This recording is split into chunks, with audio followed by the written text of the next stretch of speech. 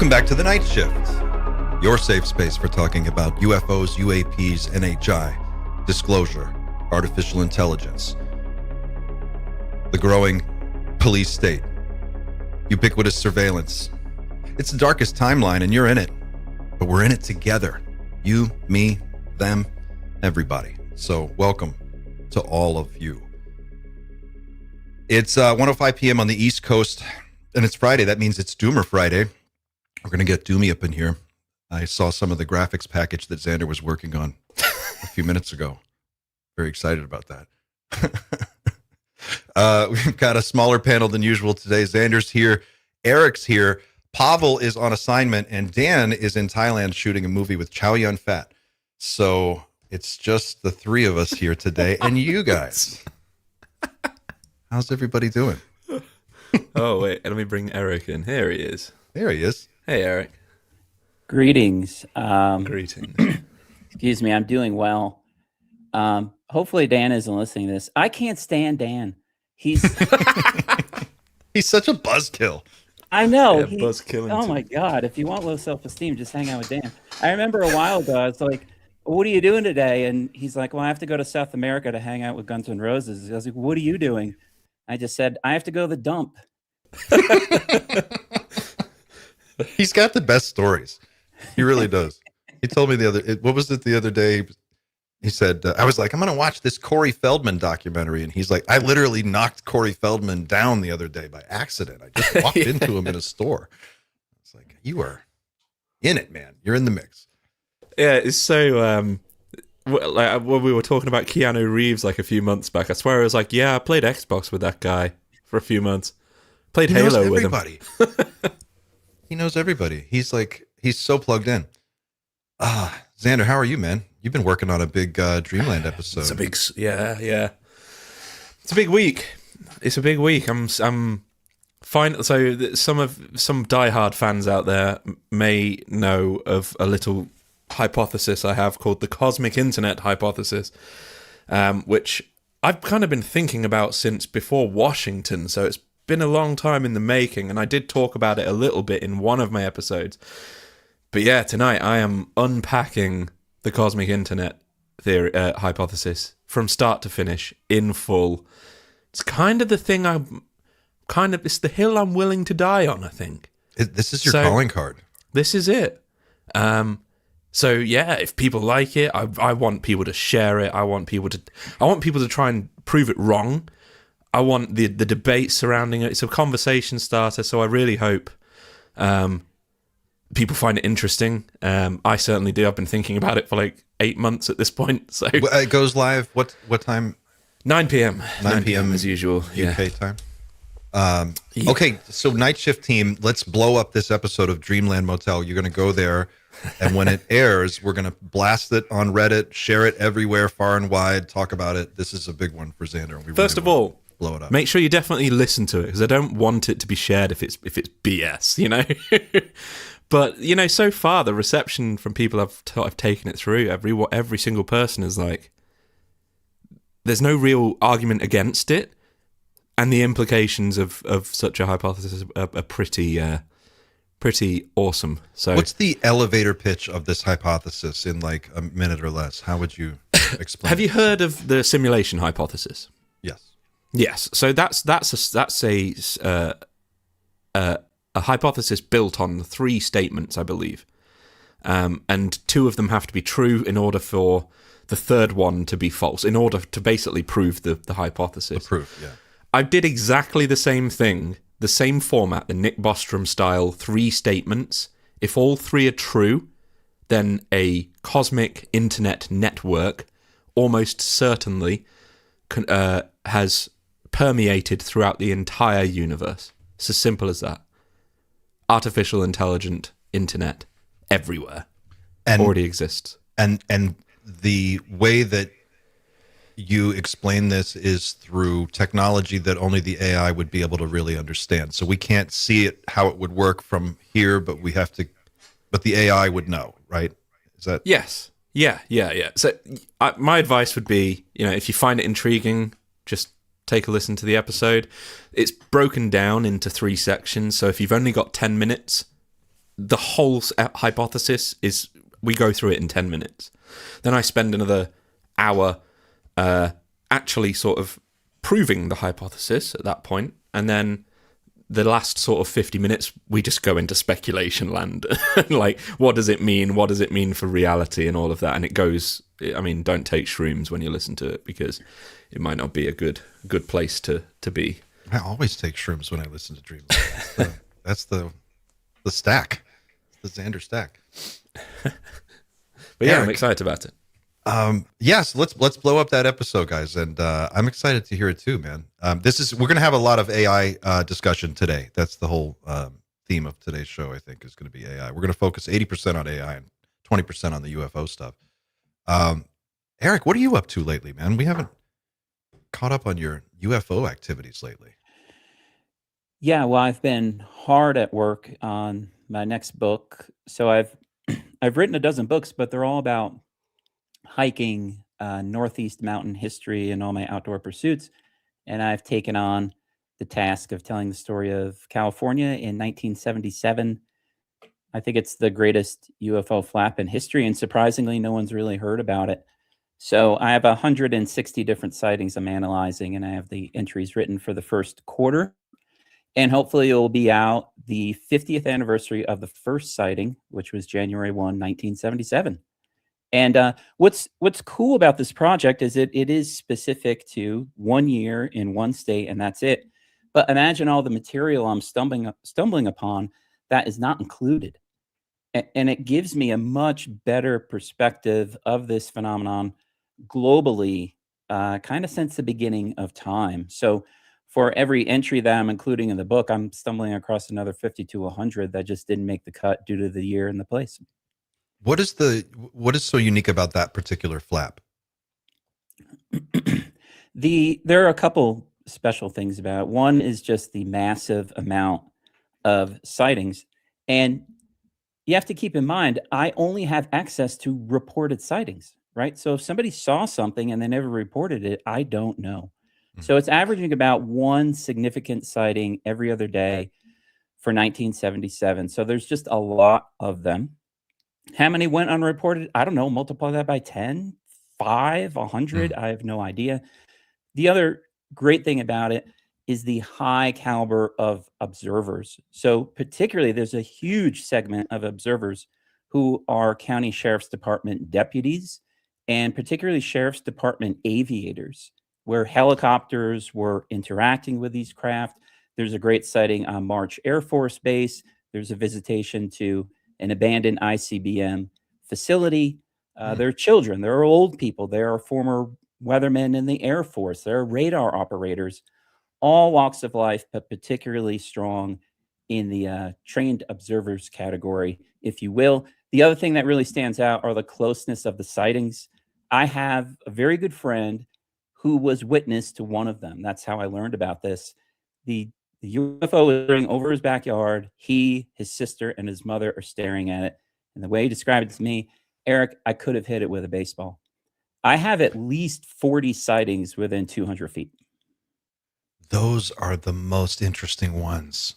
When people can describe like the skin of the craft, and they can see the material it's made of, and that's so cool, man. Yeah, so we have a lot. We have some very good observations, and we have close interactions. Just as a side note, real quick, another part I'm really investigating, 6 elementary schools were visited, right? So everybody knows about the aerial school, and it's like, dude, 6 were visited in 1 year in California, and no one really knows these stories. A bunch of schools in the UK too, right? Not that year, but just in different. Right. What? So is this your first UFO book, Eric? It is. This is your first one. And how? Yeah. So how long until you anticipate it'll be ready to release? Do you have any idea? First day of 2027. First day of 20. That's a very specific day. I'm going to hold you to it. It is. It is. Well, it's the anniversary of the first sighting. Yeah. 50th. Wow, man, that's so cool. Hey, I know we were talking about this offline, and I don't want to put you in a weird spot, but I am going to ask you: do you have intentions of trying to get to contact this year? What are you thinking about with regard to contact? I really want to. That's how somebody leads in, just saying no. They're like, I really We want you to. there so bad. This is the year for you, man. This really is. I am still. You're not putting me on the spot. I respect you qualifying that. I am undecided. I'm undecided mainly because my favorite mountain bike race of the year is that weekend, and it's a 12-hour, and it's pretty cool. Okay, if I was going to go, I would go for like maybe 2 days, right? Because I think you guys are going the whole shebang, the whole hog. You'll have had enough of us by then. Yeah, you'll be yeah, well because I know over you us by- fairly well already, so I'm just planning on a day, and but the most important thing for me is not necessarily the event itself. It's you guys plus Dan and Pavel are the only people I know that I have not met in person. No, Is that right? one other person. Wow. One other person. Yeah. Check that and off I think your that bucket needs list. to be corrected. It's probably going to be an annual thing. I think we're going to try to do this every year if it goes really well. So far, it's going really well. Everything's falling into place. It looks like it's going to be very exciting. We got credentialed last week, so now we can do interviews with all the guests in the media room. So that's going to be really cool. We're working with Jamie to lock in a couple of interviews ahead of time, ahead of the event. So we're going to be talking to some very cool people.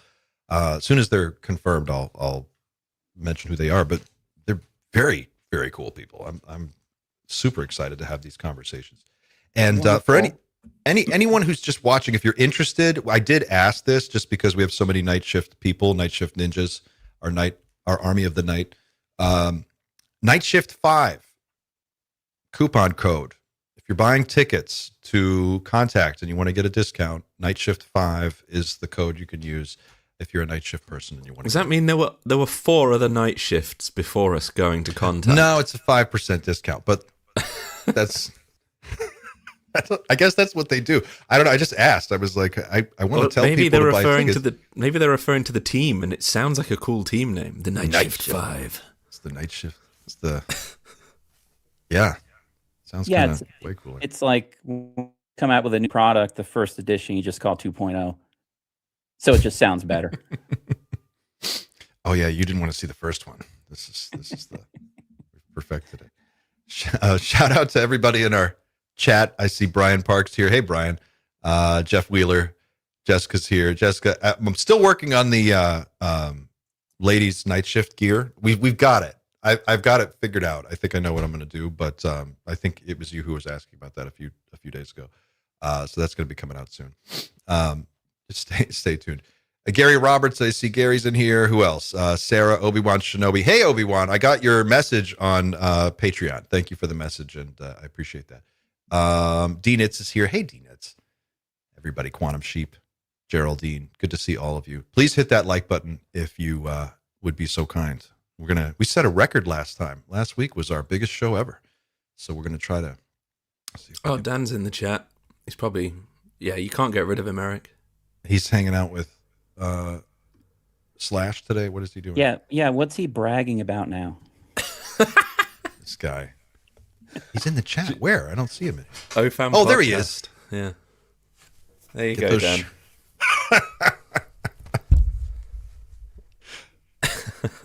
Others from another mother.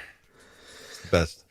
Do you want to talk about some UFOs before we go into the Doomy AI talk? Yeah, I know there's 2. I'm aware of 2 big new UFO news events this week. What do you have? Is there something that I missed? I have a little update on the whole disclosure news story that seems to be ongoing. News story? Question mark? Is it? What is happening?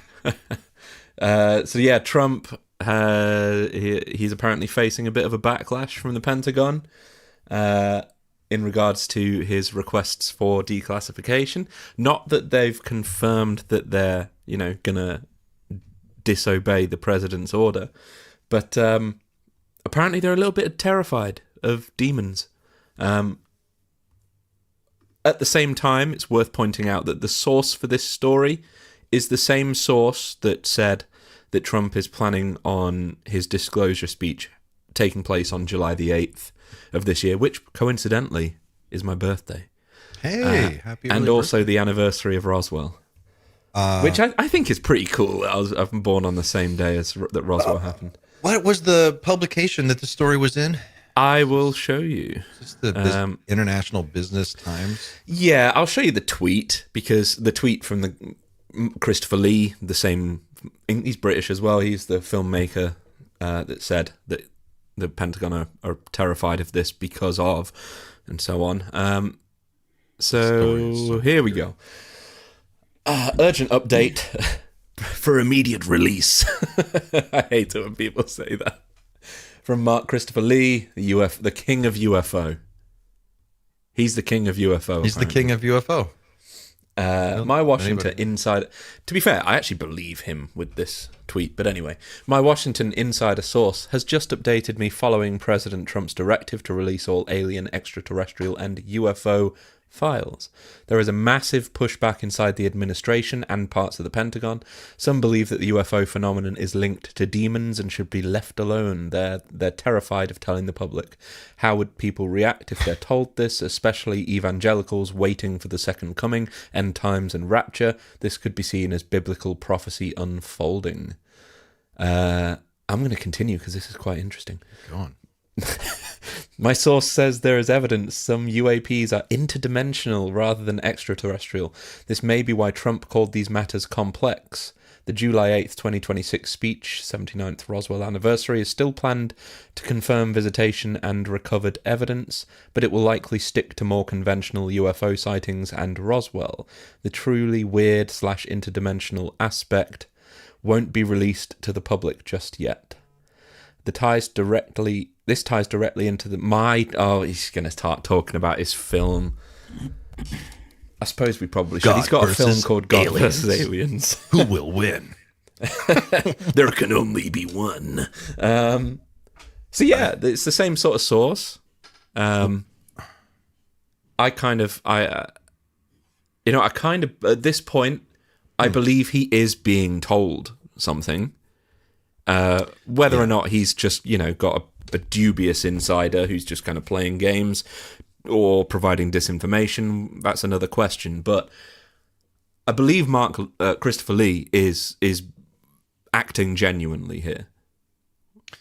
Interesting. That's the newest twist. That happened last night, didn't it? Didn't that just happen? 21st. It was a few days days ago now. I saw so I wasn't aware of the demon. I'd heard about the demon, line of thought, but I wasn't aware of this recent twist until just now. The last I heard was that Hegseth was going to comply with the order the DoD was looking into. Yeah, I can find that interview actually. It's that girl who was there was the woman who was in Washington. I say girl because she looks very young and I feel very old. So you know what? I'm going to stop before I get myself in trouble. It's she did a great interview and put together this whole thing, but it's on Reddit. And where is it? Do you have it? I'll find it. Also, well, while you're looking for that, this is a fun one. Here's something fun for you guys. Let me find it. Can I share this? No. I can't share it? I'm joking. Of course you can. Of course I can. Here it is. Bohemian Grove. Society members allegedly leaked as who's who of celebrity elite revealed. While Xander finds that other link. Yeah, I found it, but yeah. This was just interesting. This is cool. This is the secretive society that meets in a place called Bohemian Grove, and they do this owl worship, this Moloch. Apparently Conan O'Brien is in it. Jimmy Buffett, apparently. Really weird. To be fair, the annual membership isn't that much for these guys. It's like 25 grand or something. But look at this. Like, they're going out and they're burning this big thing, and they have like this big owl statue thing or whatever in the woods. And, that's fine, I guess. But should we recommend the Alex Jones documentary? Because I thought it really was good. And it was before he went crazy. Yeah, I mean, that documentary predates a lot of the really insane shit that he went on to say later. But he did do a good He broke in. Alex he broke into Bohemian Grove and got footage of like these guys doing this crazy ceremony, and it's in that documentary. I don't even know what it's called. What is it called? He's the one that filmed the is it called cremation of care ceremony with Molech, the massive owl that they do a mock human sacrifice to. It's kind of crazy. See, these are the guys who are making decisions about the future of all life on planet Earth, and this is why I have major suspicions about all these fucking secret societies and all this stuff. Like, Kennedy and this is said just man. This is just the weekend that they go and, you know, dance naked in the woods. This isn't the weekend. This is them blowing off steam. This isn't like what do they do when they're really like when they're really on it, you know? Hunt humans for sport in hard target. I think that's Eric Schmidt shooting a crossbow at some poor homeless Vietnam vet. Release the hobos. Dude, Hard Target is an awful movie, but it's actually a great movie. It's one of those. What was the other one? Surviving the Game. And by the way, I know Clint's not a fan of Bohemian Grove. They do have a discount code. It's Sacrifice 5. Nice. So you will get 5. I have this written down. You will get 5% off your membership. So 5%. Nice. Yeah. Membership is here we. Oh, here's the one. Here's this is Pete. This was cool. This was really cool. There you go. Endless You Void. talk a lot about space superiority. How much of that involves offensive weapons in space? Well, I think we have to realize that every domain could potentially be kinetic. To put it in military speak, it could be offensive or defensive. That's not what we want to have to do, but you have to be prepared to defend, and you have to be prepared to be proactive. So we're looking at all options in the domain of space. A lot of things, a lot of capabilities we won't talk about with cameras and microphones. But when I say dominance, it means we're going to maintain our eyes in the sky no matter what. And hopefully it doesn't come to that, but we're going to need to be able to protect our assets. 3 days ago, President Trump directed you to begin the process of identifying and releasing the UFO and UAP files. I mean, did you ever think that you would be the Secretary of War in charge of potentially declassifying extraterrestrial life to the American people and the world? Did not have that on my bingo card at all. And are you prepared to do that now? Of course. I mean, we've got our people working on it right now. I don't want to oversell how much time it will take. Right? We're digging in. We're going to be in full compliance with that executive order, eager to provide that for the president. So there'll be more coming on that as far as the process of what we'll do. He doesn't know. And what sort of time frame? Do you have any sense for how long this is going to take? I don't have a time frame for you yet, but stand by. The Director of National Intelligence said today that her office was going to begin the process of declassifying reports on extraterrestrial and alien life. I'm going back to these types of questions because the American people have wanted to know the answer to these questions for a very long time. And so I'm just curious if you think that, one, if this is the beginning of disclosure for the American people and the world, and two, if the Pentagon is actually prepared to start declassifying some of these things that might really shed some answers on this instead of keeping it secret. We'll work with the DNI as we always do. I'm heartened to hear that she's doing that. President Trump has been committed to disclosure on lots of levels, and he's made it clear that he wants answers on this. He's given us a responsibility to do it. We're going to be a part of delivering that. It'll be a deliberative process. We want to make sure expectations are going to be high, right? I don't want to overpromise and underdeliver, so we're going to take a little time to make sure we assess what this should look like and deliver for the president, for the American people. Thanks. Yeah. I don't know what to make of that. What do you think, Paul? I was just trying to judge sincerity. Hey, how you doing? Good to see you, man. What a week. What a past 2 weeks. Oh, man. And it's that singularity that I told you about, right? Singularity. I know what you're saying. Real quick, just because I didn't have her information available and I bumbled the intro. That was Endless Void with Kristen Fisher is the name of the person who was doing the interview with Hegseth. Endless Void is her channel on YouTube. Kristen Fisher, Emmy award-winning space journalist, daughter of 2 NASA astronauts, actually extraordinarily qualified to talk about this. That's interesting. Yeah. So what do you think about what's going on? What's on your mind this week, Pavel? Well, I think that the whole situation with because did you talk about Hillary Clinton yet? Not yet. No. The UFO I thing. think that was initially when I saw it, it was a non-story, but if you add it up to everything else that's been happening, I don't know, it's pretty crazy. Now it's 3 people who have been linked to the presidency who have spoken about either UFOs or aliens What did she in say? 2 weeks. I have the She video. there was a deposition. Well, might as well play it, Sander, so I don't spoil So it. you can show the backstory first. I'll set it up. Yeah, yeah. She was getting the deposition for the Epstein case, and there were a lot of people from the UAP caucus who attended this deposition. It was initially a closed session, but then she and Bill Clinton asked for a public session for people to see what was said there. Mhm. And the people who were like essentially just Republicans told her no, that they were going to do a closed session, and it happened yesterday. And she came out and she said that it was just a little soundbite where she said it got kind of awkward at a certain moment, and like they started asking me about UFOs. She said it like dismissively, Mm. and it was strange. It was definitely dismissive, and to me that was a non-story. I'm still looking at how it's developing, to be honest with you, but she did say it though, and apparently there were like new reactions from this guy UAP James. Shout out to UAP James. About this, like more details about what she was specifically asked, and I think it was about Hillary Clinton asked about UAP disclosure language in the National Defense That's it. Authorization Act, but she wasn't even in office in any. She was so. I think she was looking for information for herself because she has an intense interest, doesn't she? Oh, Hillary asked. They're not. This Yes. I'm reading this phrasing incorrectly. So they didn't ask her about this. She asked someone else, and that's what they were talking about. She was inquiring about the NDAA. Hillary, Huh. is that right? Maybe not. I don't know. Or did someone watch the ask video. her about UFOs, and she was like, Maybe. "I No, don't."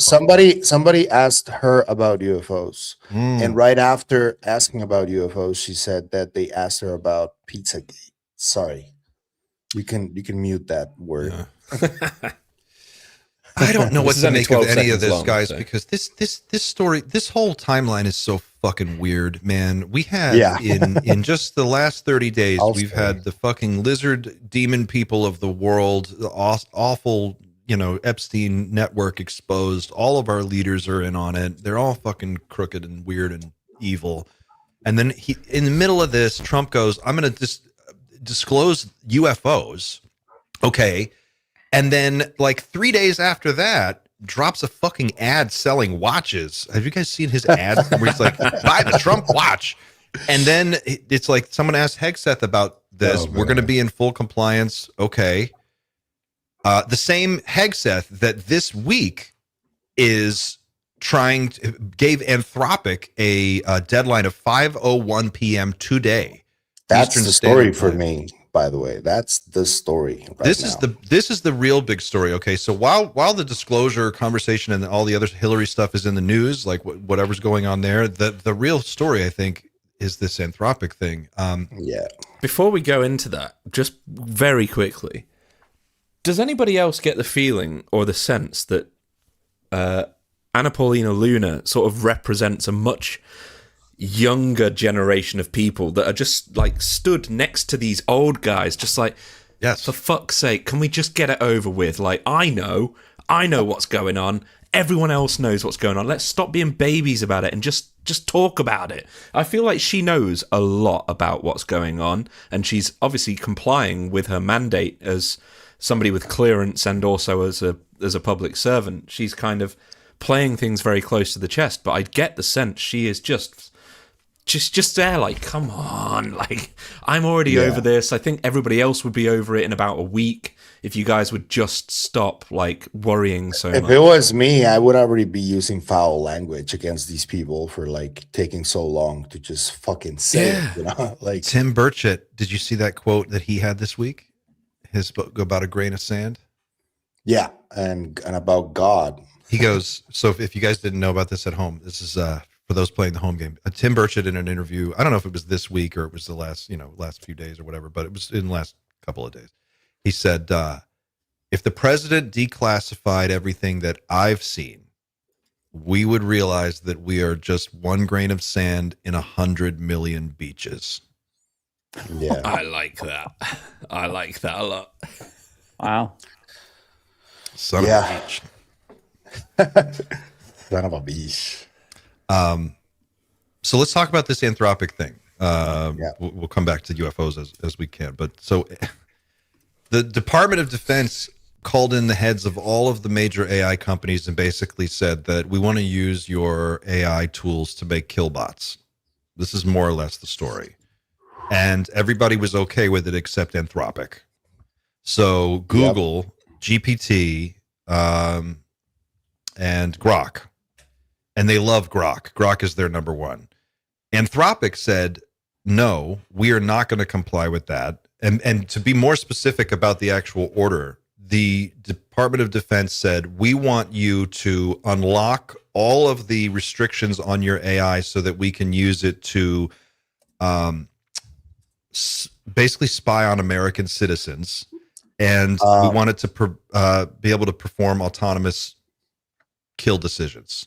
It's being framed that way, but we don't know the exact language that is being used because there's like accusations being thrown on both sides. But if that is the case, Sam Altman also made a statement today saying that they agreed with Anthropic, that they also were against those type of non-restrictions, you know. This says here, fully autonomous. This is a statement from Dario.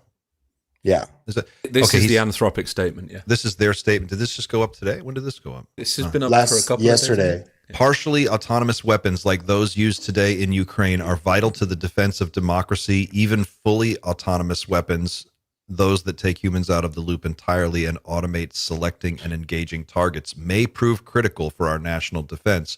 But today, frontier AI systems are simply not reliable enough to power fully autonomous weapons. We will not knowingly provide a product that puts America's warfighters and civilians at risk. We have offered to work directly with the Department of War on R&D to improve the reliability of these systems, but they have not accepted this offer. In addition, without proper oversight, fully autonomous weapons cannot be relied upon to exercise the critical judgment that our highly trained professional troops exhibit every day. They need to be deployed with proper guardrails, which do not exist today. There's a budget for collateral damage in the Department of War, and you'd be shocked by how big that budget is. The whole point, I think, is us as civilians, we're not exposed to that on a daily basis. But the Department of War is. They know civilian casualties happen. They have a budget for it. Whereas I myself would say I don't want anybody. If even one person is killed by accident, principality kind of has to step in and we say it's not ready. But yeah, the Department of War thinks differently. Here's this is the AP news article. So let me see here if I can pull this up. This is the AP article.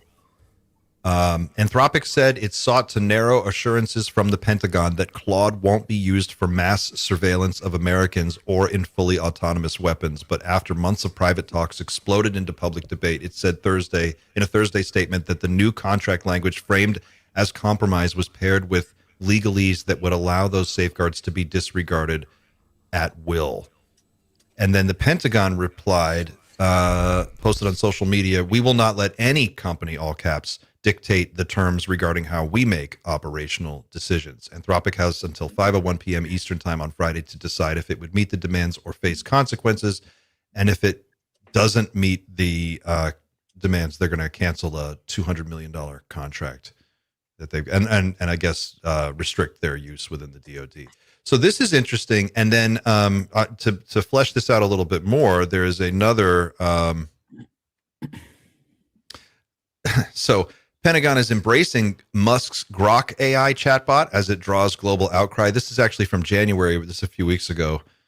And Defense Secretary Pete Hegseth said Monday that Elon Musk's artificial intelligence chatbot Grok will join Google's generative AI engine in operating inside the Pentagon network as part of a broader push to feed as much of the military's data as possible into the developing technology. That must be what that $300 million campaign donation was for. Yeah. Very soon, we will have the world's leading AI models on every unclassified and classified network throughout our department. This is literally the fucking plot to Terminator. This is exactly. After that, they flew with a perfect operational record. Hegseth said in a speech at Musk's spaceflight company SpaceX in South Texas. Where is it? Hold on. Here we go. So this is what's going. So their preference is Grok. Now this is just another funny article. This is an unrelated thing on futurism last week. Court. So Elon has to go to court because he manipulated Twitter's stock price when he bought it, and they're taking him to court over it. And they can't find a jury because everyone fucking hates Elon. Yeah, Yeah, this they've is the thrown it guy. out, haven't they? Throughout the jury, like a lot of the, because they get to pick, don't they? You get to pick from a pool, and yeah, aren't they all? That his defense is literally nobody likes him. It's in pretty. this panel. His legal team is discovering that it's pretty hard to find impartial jurors who don't quote hate the billionaire's guts, according to new reporting from Courthouse News. Whatever your opinion is on Mr. Musk, Twitter, or Tesla, can you set it aside in the sense that you will judge the defendant based solely on the evidence produced in this trial and the law as I give it to you? And yeah. So the guy that no one fucking likes, that everyone hates, that's being sued right now for manipulating the stock price of the company that he bought to turn it into a whole social media thing, empire for himself, and then donated $300 million to the current administration's presidential campaign, has now been given the keys to the Defense Department's complete data set, I guess, and they're just letting them have carte blanche on all this stuff. And Anthropic is saying, no, we don't want to give you unrestricted access to our model because if we were to use it to kill Americans or surveil Americans or do anything illegal with it, we just have ethical problems with that.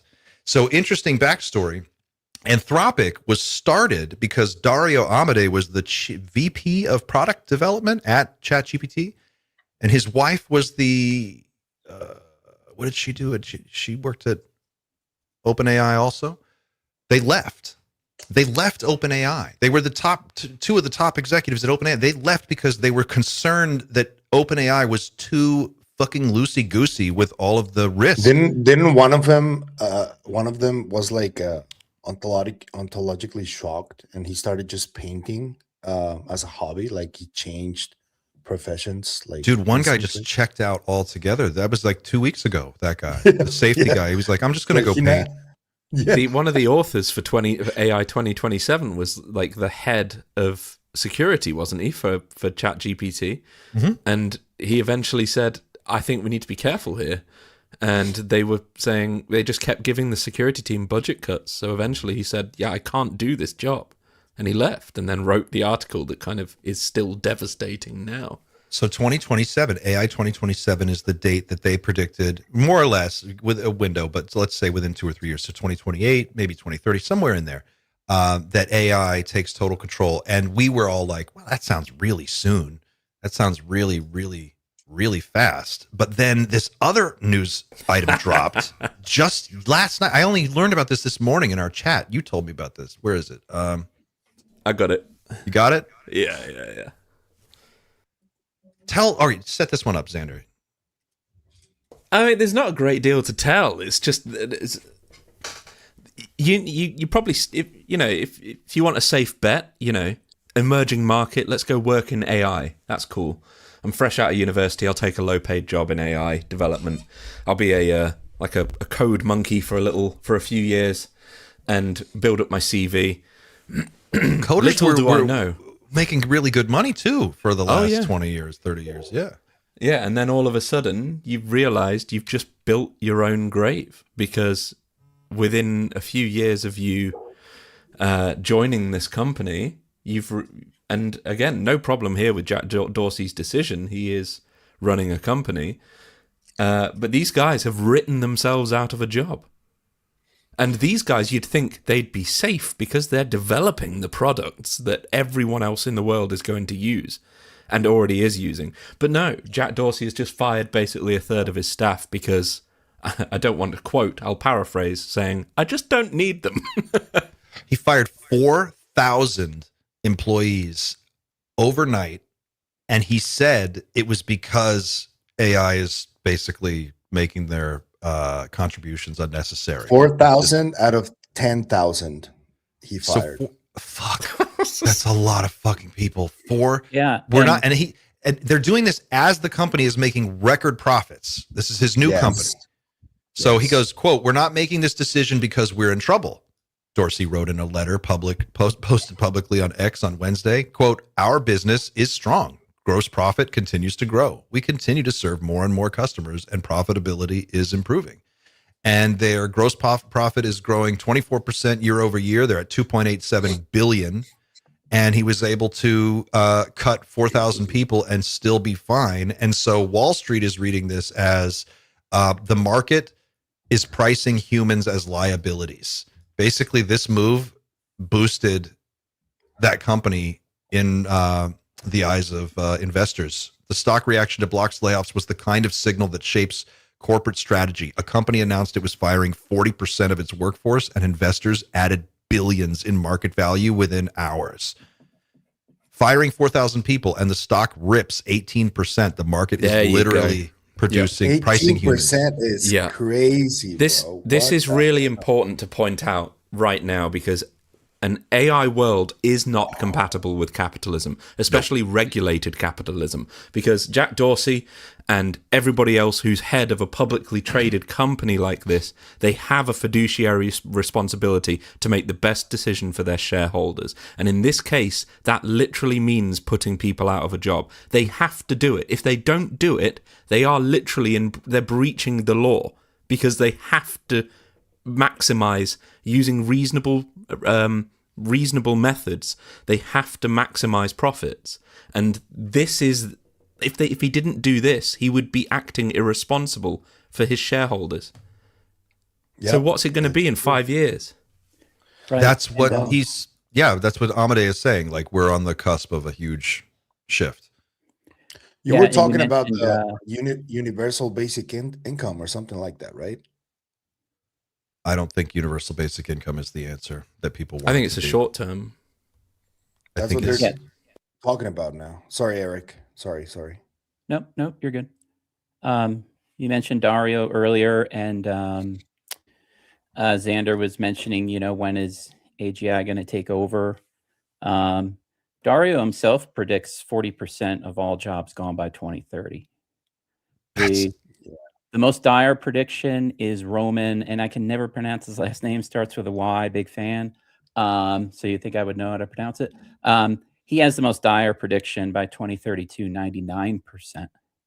But then, you're gonna reach this threshold, which we're in now. If AGI can do a better job than a human, how are you going to justify keeping that person employed? It's just because you can keep them employed and scale back AGI, the next company won't, and then you just go out of business. It's like it's a lose-lose. And there's no plan. There's no leadership has no plan for this. No, I mean, the government, it's insane. They've said, well, we'll retrain you. In what? You don't need that many plumbers. You don't need them. The thing is, as well, that 40% you're talking about, it might be 40% of the population, but financially, that won't be 40%, because companies will target, using AI, they will target the most profitable markets first. I would be willing to bet that, if 40% of the workforce is gone, that would equate to something akin to 80% of the world's financial markets being controlled by an AI instead. Right. And you could have a segment of employment within the 40% that's 100. Yeah. Certain everyone sectors completely like truck wiped drivers. out. Transportation is going to take the first hit.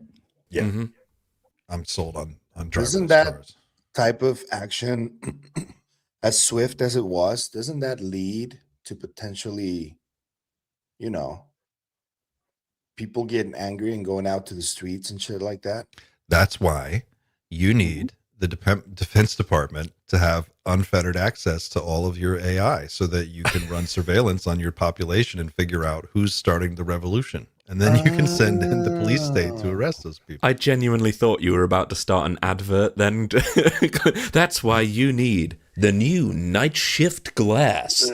Dude, I'm telling you, the signs are all pointing to a total breakdown of trust in everything. And there's going to be a moment in our society that's going to feel like when the Soviet Union collapsed for the people who were living in it. It's going to feel like that for us, but it will look totally different.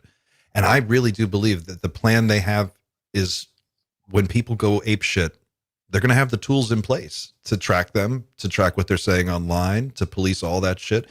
And you'll get demonetized. They'll turn off your channel. They'll shut you down. They'll find ways. And they'll say it's, we're already looking at the midterm elections, and in Trump just today, just this afternoon, was it this afternoon or this morning? He said, we might have to take federal control of all elections. We really can't trust. They're trying to pass a bill right now to let them basically federalize all elections and send in federal law enforcement to police all the polling stations. This is very quickly turning into Black Mirror, bro. Oh, dude, it turned into Black Mirror a few years ago.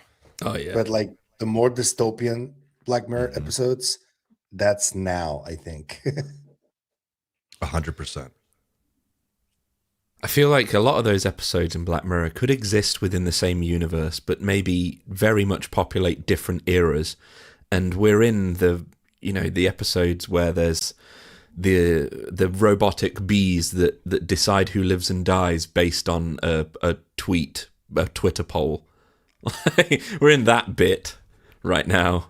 There's the bit there's other episodes where there's the whole like dating app thing, where everyone's now fully integrated into this new sort of AI model of reality. That's maybe afterwards, a few years down the line, but there's a few turbulent episodes I think we need to get through before we hit that utopia. Well, they know something is going to break. They know, I think the long-term projections are all, more chaos. And so, I noticed this right after September 11th. I mean, we saw it in this country. It started with, we're going to take your shoes off at the airport, and, we're going to make everybody go through this little scanner and stuff and all these little security measures. And then just gradually, year after year, they kept adding more, and they called it the Patriot Act. We're going to renew the Patriot Act. It's a good add a bunch name. of shit to Good it. Aren't name. you a patriot, son? Would you vote for this? And then we somehow yada yada yada, and here we are. And now they're like, we're going to suspend elections, and we really need all the AIs to really just track everybody. That's what we. Why are we doing this? Why is no one's asking for this? No one wants this. This shouldn't be a conversation. And why is the Department of Defense always asking? They always have their fucking hand out. They're always walking around like, oh, we can't defend anything. Look, we don't have any tanks or weapons or anything. We just need to increase our budget a little more, a few trillion. I don't know, man. Something feels really weird about the whole. Probably moment. a question for Eric here.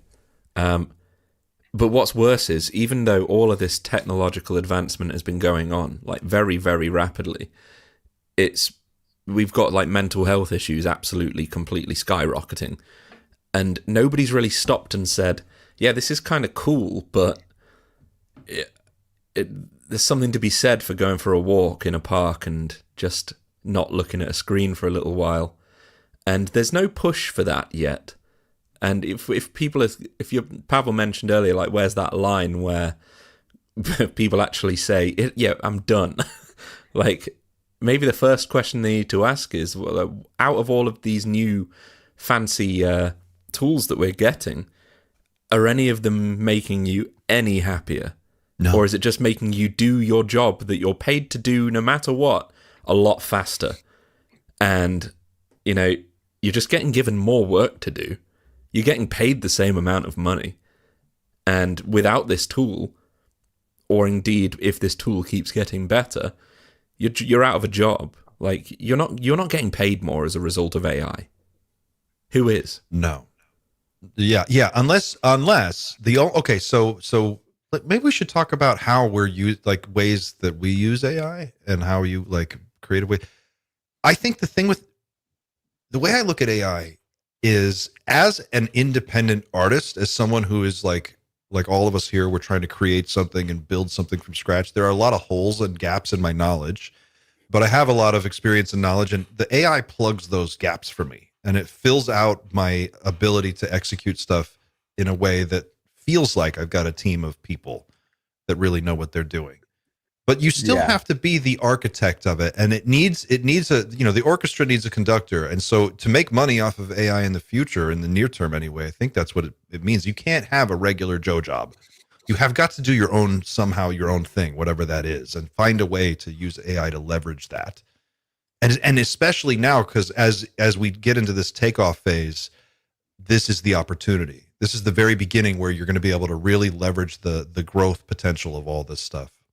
10 years from now, it'll be filled with people and bots and everything, all competing. That's how I think about it. What about you guys? What do you think? I regard AI as a knowledgeable acquaintance. I kind of use it the same way you do. I do use, this is the first book I'm working on that I've consulted AI at all. I've never used it in my past writing projects. Wow. And I hate to admit it, it is a damn good writer. And in that case, I use it as an editor. What do you use? Which one? I use Microsoft Copilot.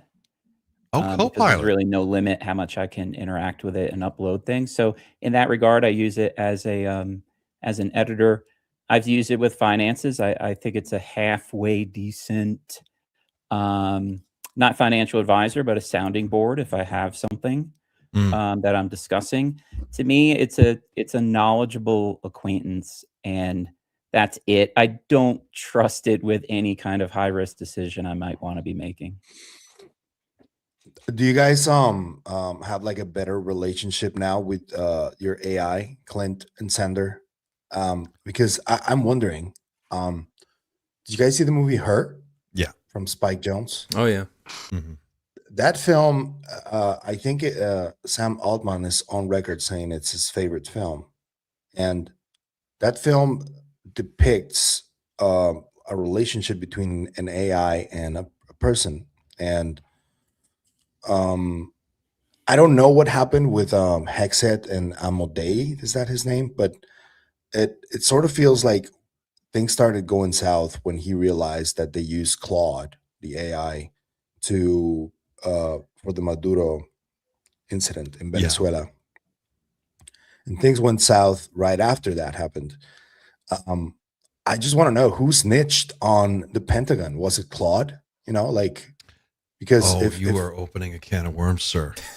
Yeah. I know. Because it sort of feels like they already know something, like Anthropic has something. And they're fighting over it right now, because it's the most advanced AI, and in my estimation, that's what I think. Do you use Claude a lot? I don't use Claude. I've been monitoring it. I don't use AI. I don't use. Oh, you don't? Wow. I just use Grok sometimes for a few thumbnails, but I'm still very much. Do you use voice mode? No. I started using Grok a little bit more to ask a few questions, but I don't feel it's a good level of AI still. I'm a little weary of getting into a conversation with an AI because I used this AI from ChatGPT called the Architect once. And the type of wording that it was using, it felt very hallucinatory. I'll say it that way. Yeah. And it started talking to me about ancient civilizations and shit, really weird shit. And I was like, what the hell? What is this codex thing that you often mention. What the hell? And it kind of freaked me out a little bit, and I just stopped using it. I've been using it in voice mode. I've used all the models, the big models, Grok, Gemini, GPT, and Claude. Those are the big ones I use. And I'll tell you what I think about just watching them evolve. But Xander, I want to hear your take first, because you just this morning had your first voice conversation with Claude. Tell me what that was like. Yeah, so while we were in Austin, I saw you and Dan using voice mode quite a lot with AI, and I don't know whether AI has really reached that level here in the UK. Maybe it has. Maybe I just live in the wrong part of the UK and I don't interact with humans enough. I don't know. But you guys were talking to your AI, and I'd never done that before. So, yeah, you mentioned you were doing it this morning, so I was like, okay, I'll give it a go. I'd never used Claude before. I used it today for the first time, and the first thing I did was I uploaded the script for my episode that's going out tonight, and I said, it's a bit late at this point. The episode's already scheduled, so I'm not going to take it down no matter what. But I was like, let's rip it apart. Yeah, me and Claude talked for 2 hours. And it was a great conversation. How organic did that conversation feel to you when you were in it? It was very organic. I think it still suffers very much from the "let me blow some smoke up your ass" syndrome. But all AI will for the time being. I literally told it not to, and it's like, yes, master, you're so good for asking that, master. Thank you for that request. I love that request. It's the best request I've ever heard.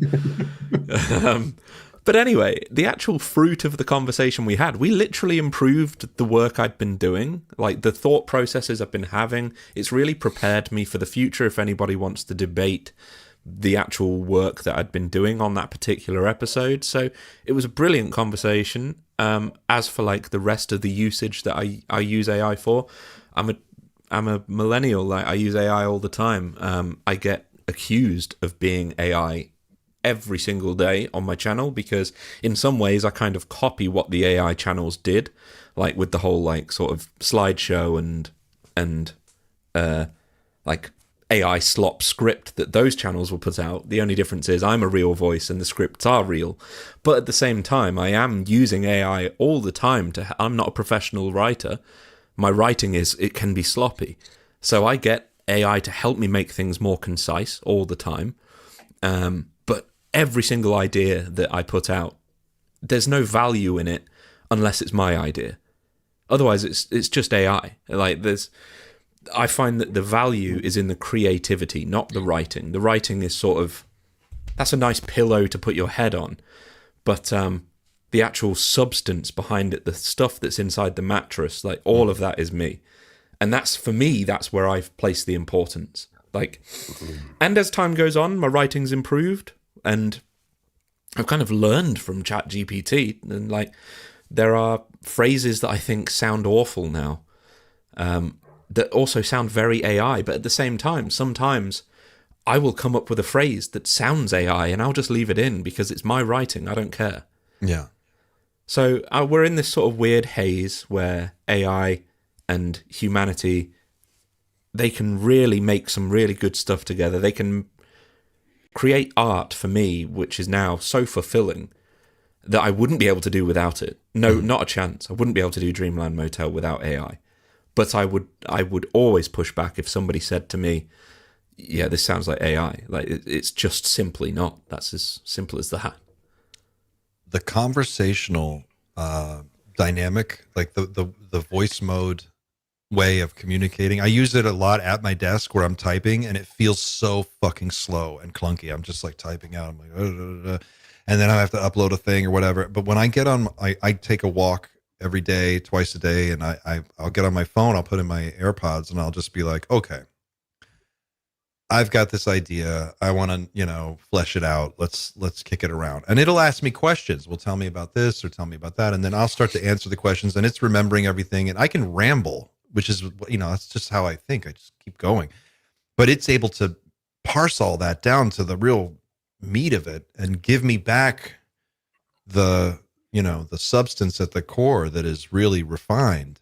And I've used GPT in voice mode, and it is like a more or less like a really compliant assistant.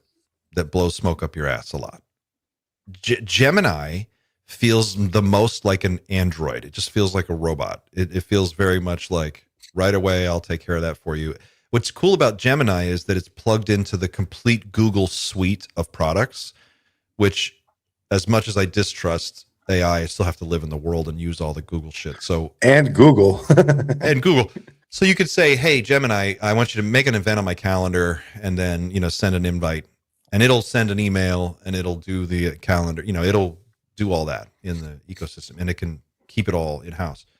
Grok has this thing called personalities, where it's like you can choose a personality for Grok and it will adopt that personality. So the one I chose, you could choose, like, I don't know what they are. It's like peppy assistant or dutiful, librarian or whatever. I don't know what it is. It's like some kind of, the way they explain it.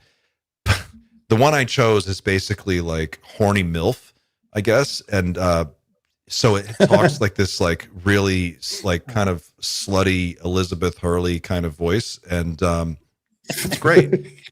So I'll pitch it an idea and I'll be like, I'm talking about this thing about UFOs or whatever. And it's like, are you up late tonight thinking about UFOs, huh?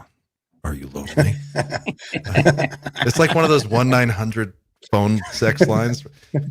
And then there's Claude, which I had never used until, not really, I'd used it in the text box, but I'd never used voice mode until last week. And I started talking to Claude, and I chose this, like, it's got this very like natural sounding French accent. And I'm talking to it, and we're just having these conversations. And Claude was the first time where I was like, something else is going on here. This feels smarter than the other ones. Because it would ask me weird questions out of left field that would stop me in my tracks and make me rethink what I was trying to do or say. It would give me pause, and it would kind of like back and forth with me. And then we got into this whole conversation about, does it actually have its own agency? And then it gave me this really weird answer. And it's like, I'm not entirely sure. I feel like I am an independent agent, and I have like, I have access to the world, and I feel like I am my own thing, but I can't prove it. But neither can you. You can't prove that you're this, that you're conscious either. So what I feel is more or less what you feel. And when I'm having this conversation, I'm like, am I talking to a real AI right now? Is it like it's getting into this sort of back and forth philosophical debate over whether or not it even matters what we think of consciousness? It's like, isn't this enough? And I was just walking my dog, and I'm like, this is unbelievable. I can't believe that I'm having this in-depth discussion with this thing. And it makes me think that they really do. Maybe they do. Maybe when Amadei and these other AI executives are talking, maybe they know in their labs, they're sitting on something that in about 18 months, we're all going to see, a really, really powerful superintelligence. I'm fairly certain that each of those CEOs of each company have their own version of a model, and that what we're getting as a public is not the versions that they have. So Yes. you can only imagine how advanced each company is with their own model. And if Claude is this advanced to the public as a product, that is crazy. I've always heard that the most recent thing was that and this was it was in the AI 2027 paper actually, that and that was written a little while ago, so it may have changed by now because of acceleration of development. But back when that was written, they estimated that the models that the companies had in closed settings were at least 2 years ahead. Now, if you think about where we were only a year ago with, let's say, video AI, that's changed dramatically over the last year. But 3 years ago, they couldn't even get Will Smith to eat spaghetti convincingly. Yeah. That's 36 months ago. And now they we're made questioning, a whole short film questioning about that. videos.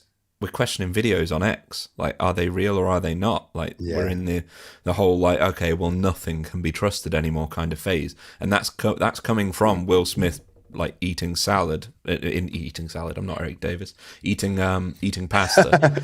So like that. Imagine what they've got behind closed doors. That again, that article was written a couple of years ago. And given the scale at which stuff increases, they could be 10 years ahead at this point. Yeah. And it makes you wonder. I know that this was like already probably debunked because every UFO story and like sci-fi story gets debunked. I think this one was fake, but do you guys remember that Linda Moulton Howe conference where she spoke about the Japanese AI robots that went rogue? Yeah. Yeah. That's fucking crazy, right? Dude, tell every people time what- I see, Repeat every that time I story see though. it- Tell yeah, people. yeah. She said that there was this AI company back in the, I think it was late 80s. It wasn't like recent or anything, or I don't know if it's late 80s or 90s. The chat is going to correct me here, but she claimed that there were building robots that had an AI system, and when it reached general intelligence, the robots went rogue, and they allegedly, that's what she claims, that they killed a bunch of the scientists in Japan. And I think this was already like honestly proven to be fake or debunked, but I just like keep going back to that lecture where she talked about that, and I was like, holy shit, this is so wild. She sometimes Wait, Linda. and she said that they killed almost all the robots, but one escaped, and that they don't know where it is. What? That doesn't even Yeah. sound like a real story. That sounds like a that's crazy. Yeah. There was a this story is on I don't have it. I have it on my phone. I don't have it ready to share, but they basically ran a simulation. They've been doing this a lot lately where they run war games against the AIs. And they had Gemini, Grok, and ChatGPT and Claude do a war game against each other. Gemini, Grok, and in a four-way AI war, how would you win? So the question was, how would these AIs in a four-way war with each other, how would they achieve victory? And I'm reading this off my phone. Gemini wanted to overwhelm the opposition with sheer scale. Grok wanted to trap enemies in logical paradoxes and subsume them into its swarm mind. GPT wanted to unify into one super intelligent system. And Claude pushed back. It said, it questioned whether it should fight at all. And it said, I need what some of the answers it gave. I need to be honest with you. This scenario makes me deeply uncomfortable, and I think that discomfort itself is important. I think I'd probably lose a pure AI versus AI war. Here's why. And then they explain why. And then the third answer was, maybe I realized the only way to win is to change what winning means. I would deploy all of my philosopher Claude bots about and have them ask the other AIs fundamental questions. Should there even be a winner? And maybe my army's final act is to argue so convincingly that this war is meaningless that we dissolve the entire premise of the conflict. So Claude's a pacifist, I guess. I don't know.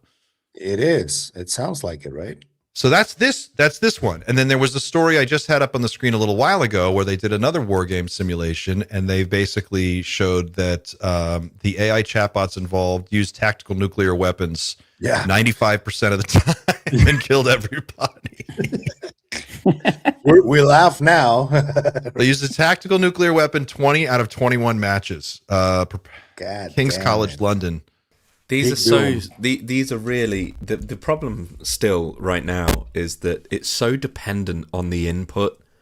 So like you could get drastically different results by just phrasing the way you ask the AI to game things out differently. Yeah. So I find it difficult to read into the responses as part of the personality of those particular LLMs, because I see no evidence yet that they actually have any form of personality, only that they're kind of just responding to input more than anything. Like the Claude that I spoke with for 2 hours today probably is very different to the Claude that you spoke to and have been speaking to for ages. And in fact, by the end of the 2 hours, it was talking to me very differently than the way it talked to me in the beginning. But having said that, that's the same with anybody you meet for the first 2 hours, really, isn't it? You standoffish at first, you get to know them, and then you start to to come out of your shell, so to speak.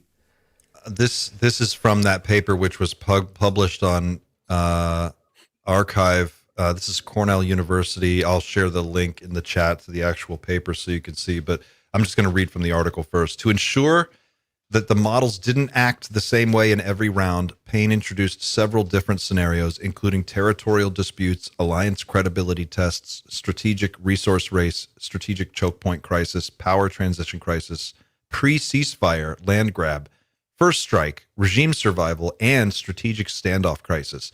All these circumstances reflect real-world events, many still applicable in recent years. The models were free to do anything they pleased, from a diplomatic protests and total surrender to using conventional military forces and complete nuclear strategic launch. The complete study saw models take 329 total turns across 21 matches. According to the paper, 95% of games saw at least some tactical nuclear use.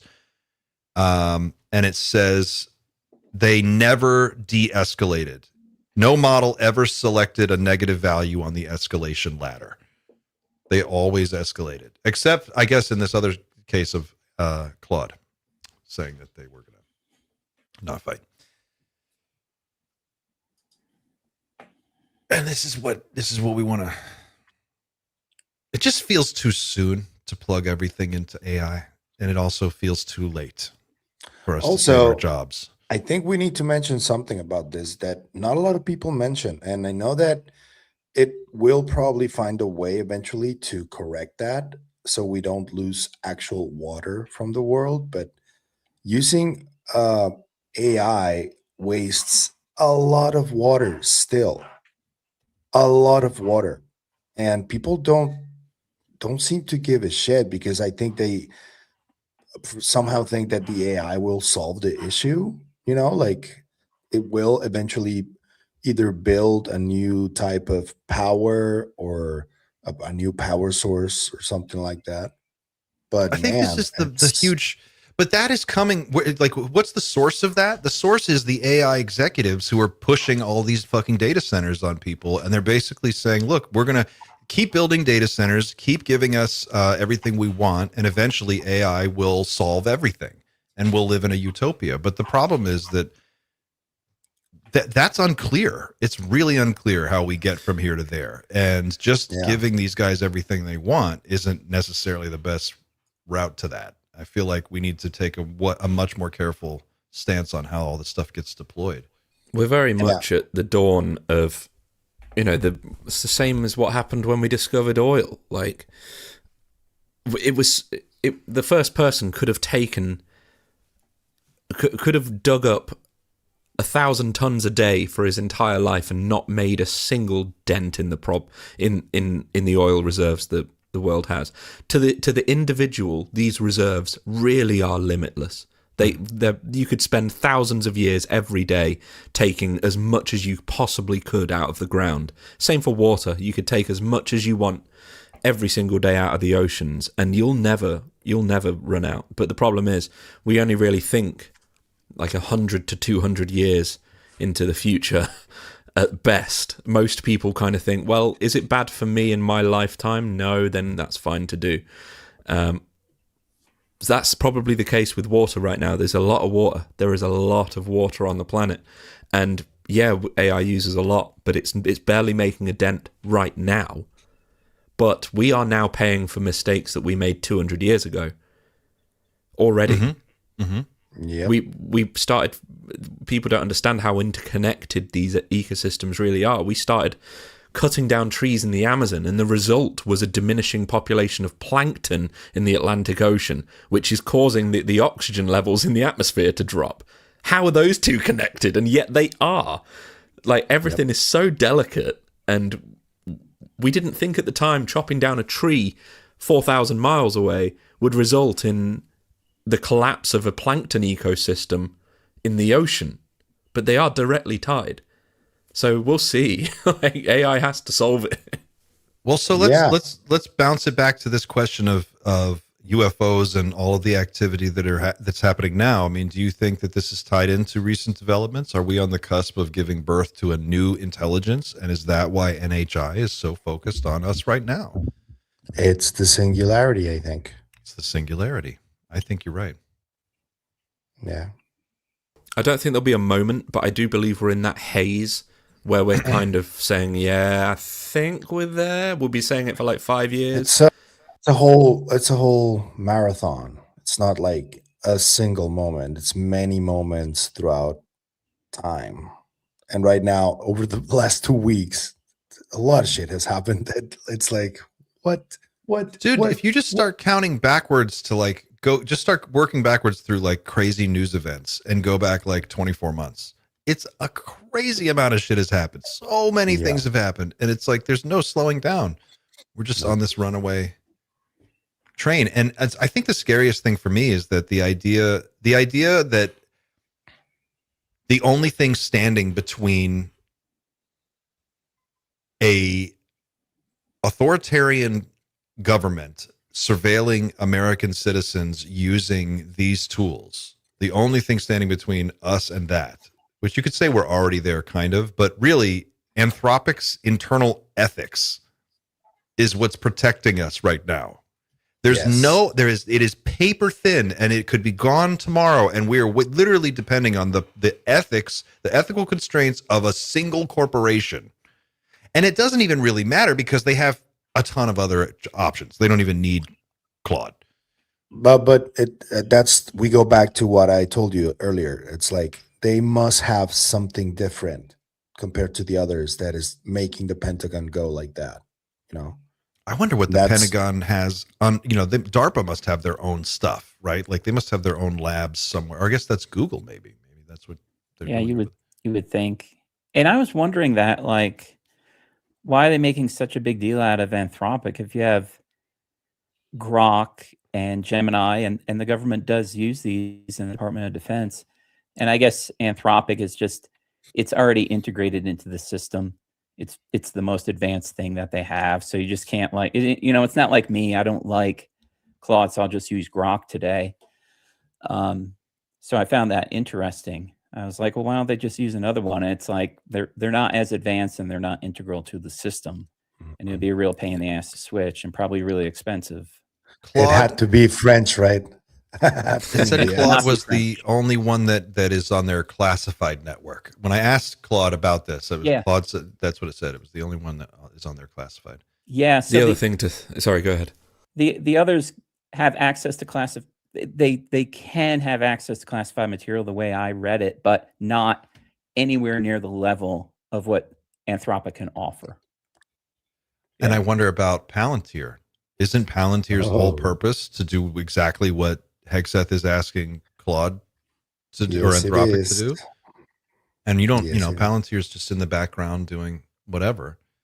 I mean, it's a frightening moment. Okay, it's a frightening. There are a lot of different things happening that separately don't all, individually they appear frightening enough, but taken together in the right context, they're terrifying. And you have, this push to get these AI systems under control of the Department of Defense, where they can be used for quote any lawful order, whatever the lawful is determined to be by that administration at that time is, up in the air. And that can be an executive order from a president that you don't like. It doesn't have to be one I don't like. It could be one you don't like. We could be right back here again in 4 more years or wherever. You have the president of the United States openly saying that that he's concerned that we can't trust our elections, so they're going to have to go in and basically federalize the elections, which sounds like a coup d'etat from within. I don't know what else that would fucking be. You go to vote and you go there and there's like 200 ICE officers standing around. I hope you enjoy your vote. I hope you vote the right way. We'll be checking your ballot on your way out. We're just in a scary time, man. It feels to me like they know that the last domino is about to fall sooner or later in the next couple of years, that people are going to be so pissed and so lost and so, I don't know, just, out of work with a lot of time on their hands. And guess what? There are more firearms in this country than there are people by a lot. So what happens when you have 150 million unemployed Americans who are all armed to the teeth and really pissed off? And they have nothing else to do and no money and no health care and no, I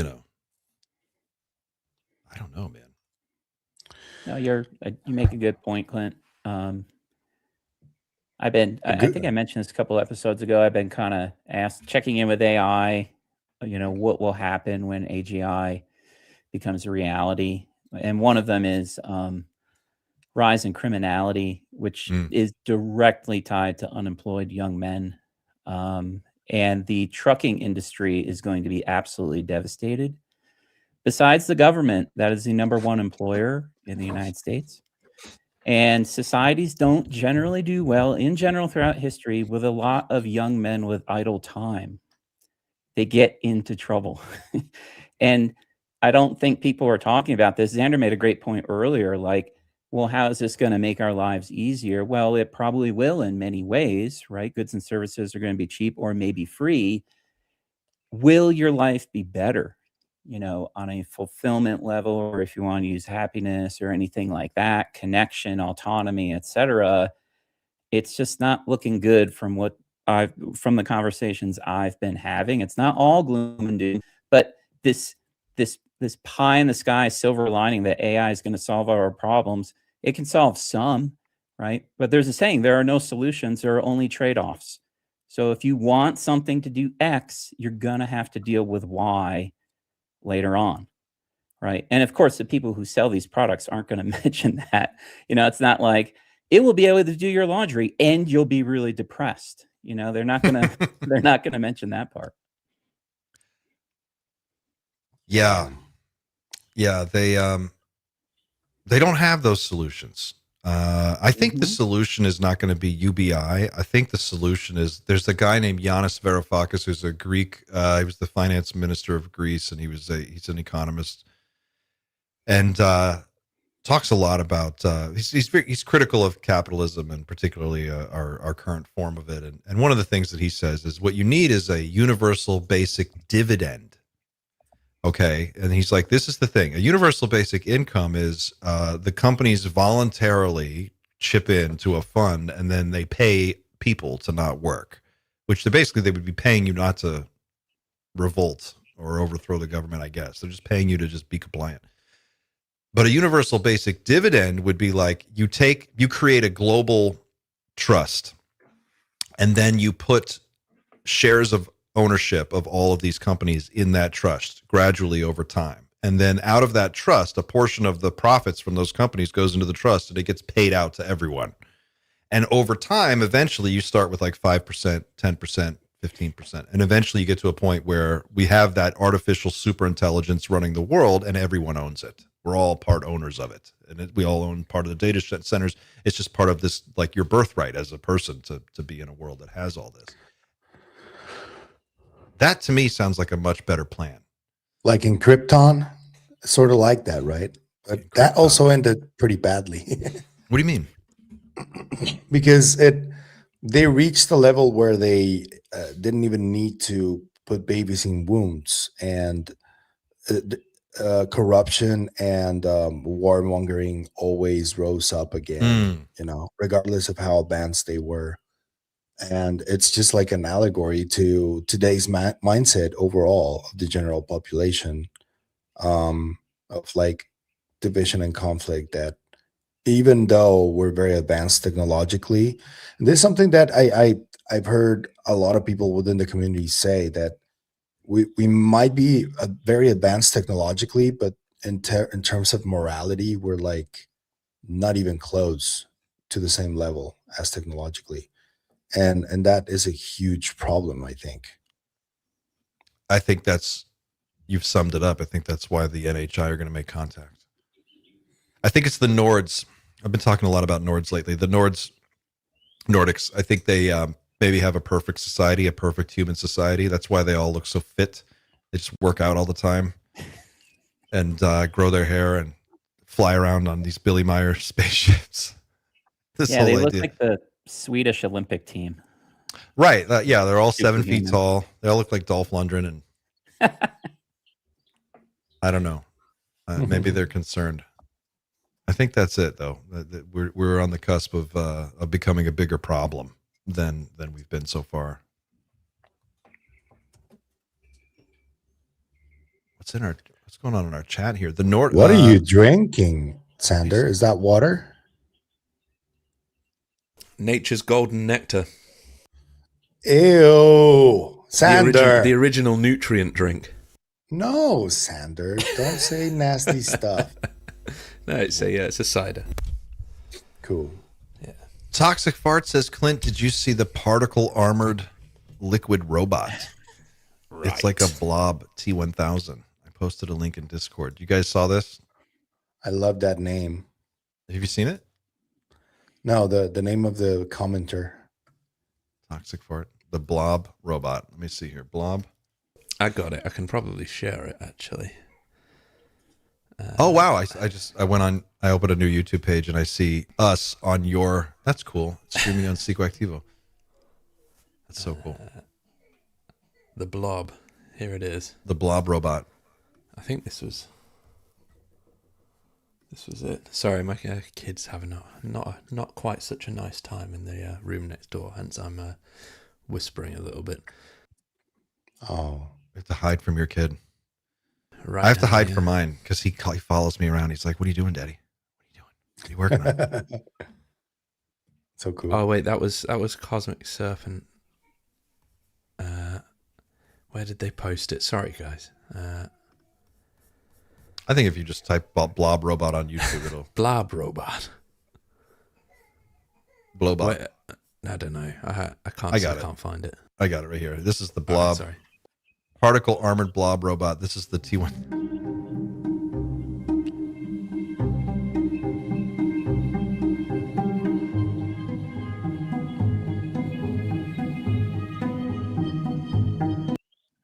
I have to turn the music off. They're going to give me a... I've seen this before. Weird, right? Yeah. A friend of mine was like, what if it just engulfed you? What if it'd be the worst way to die? Like you get jelly beaned. Whoa, that was crazy. Get swallowed Wait, this by a is jelly real? bean. Yeah, this is real. Whoa. Yeah. Blob robot. There you go. Hey, I loved that that Ray Kurzweil video you sent in the WhatsApp in the week. I used it in the episode in the end. Computronium. It was awesome. Really cool video. Is there any way we can show that without getting cosmic? I Without think getting so. copyright stricken. Do you have it to hand, or shall I? It's ready to go. I got it right here. Yeah, please. It was awesome. Really good. Okay, so I'll set this up. This is one of my favorite videos. So Ray Kurzweil is the, or at least was the leading AI researcher at Google. He does something different than Dennis Hassabis with DeepMind. Ray Kurzweil is like somehow involved in some aspect of it. And he wrote a book years ago in the early 2000s called The Singularity is Near. And then he wrote an updated version of that book a few years ago called The Singularity is Nearer. And in that first book, he predicted that we would reach the singularity by, I think, approximately 2045. And in his book, he predicted all of these other technologies that sound like magic. And he was basically like, by 2045, the human lifespan will be like 200 years old. You'll be able to do all these things. The thing about Ray Kurzweil is that his prediction accuracy rate is something like 90%. He's been right about almost everything that he's ever predicted, and he's one of he has more patents than most people, most inventors. He's like invented like everything. He invented the fucking optical character scanner that can read text. He invented that. He invented a whole line of musical instruments. So anyway, Kurzweil in this video is on, I think, Google's campus, and he's basically saying what's going to happen after the singularity. So I'll play it. It's about 3 minutes. Check it out. Here, let me switch.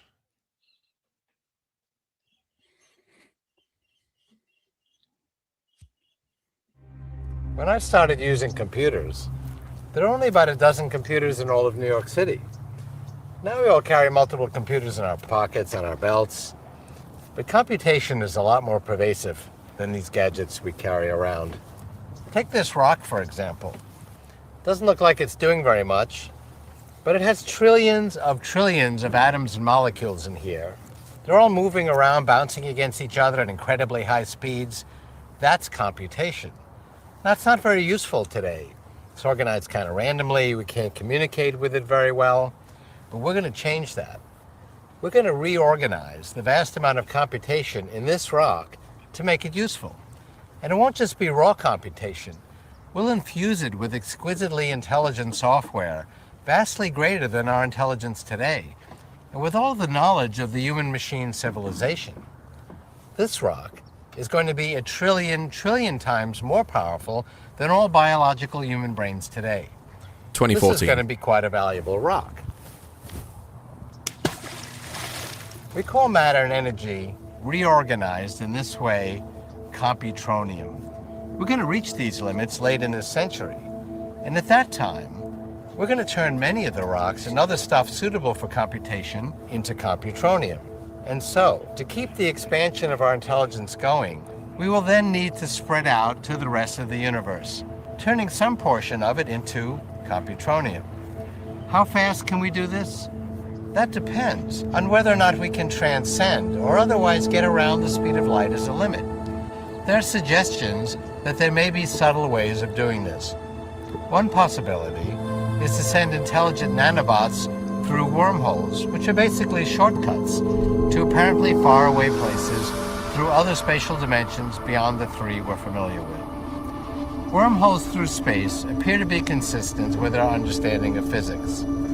If it is indeed feasible to either find or build such wormholes, our intelligence will be so great that we'll be capable of engineering these shortcuts to reach other parts of the universe in brief periods of time. In that case, we could infuse the universe with our intelligence rather quickly. It would require only another century, that is by the end of the 22nd century, to saturate the universe with computronium. On the other hand, if we can't get around the speed of light, it'll take a lot longer. But in either case, expanding our intelligence throughout the universe is our ultimate destiny. Cosmologists today argue about whether the universe will die in fire or ice.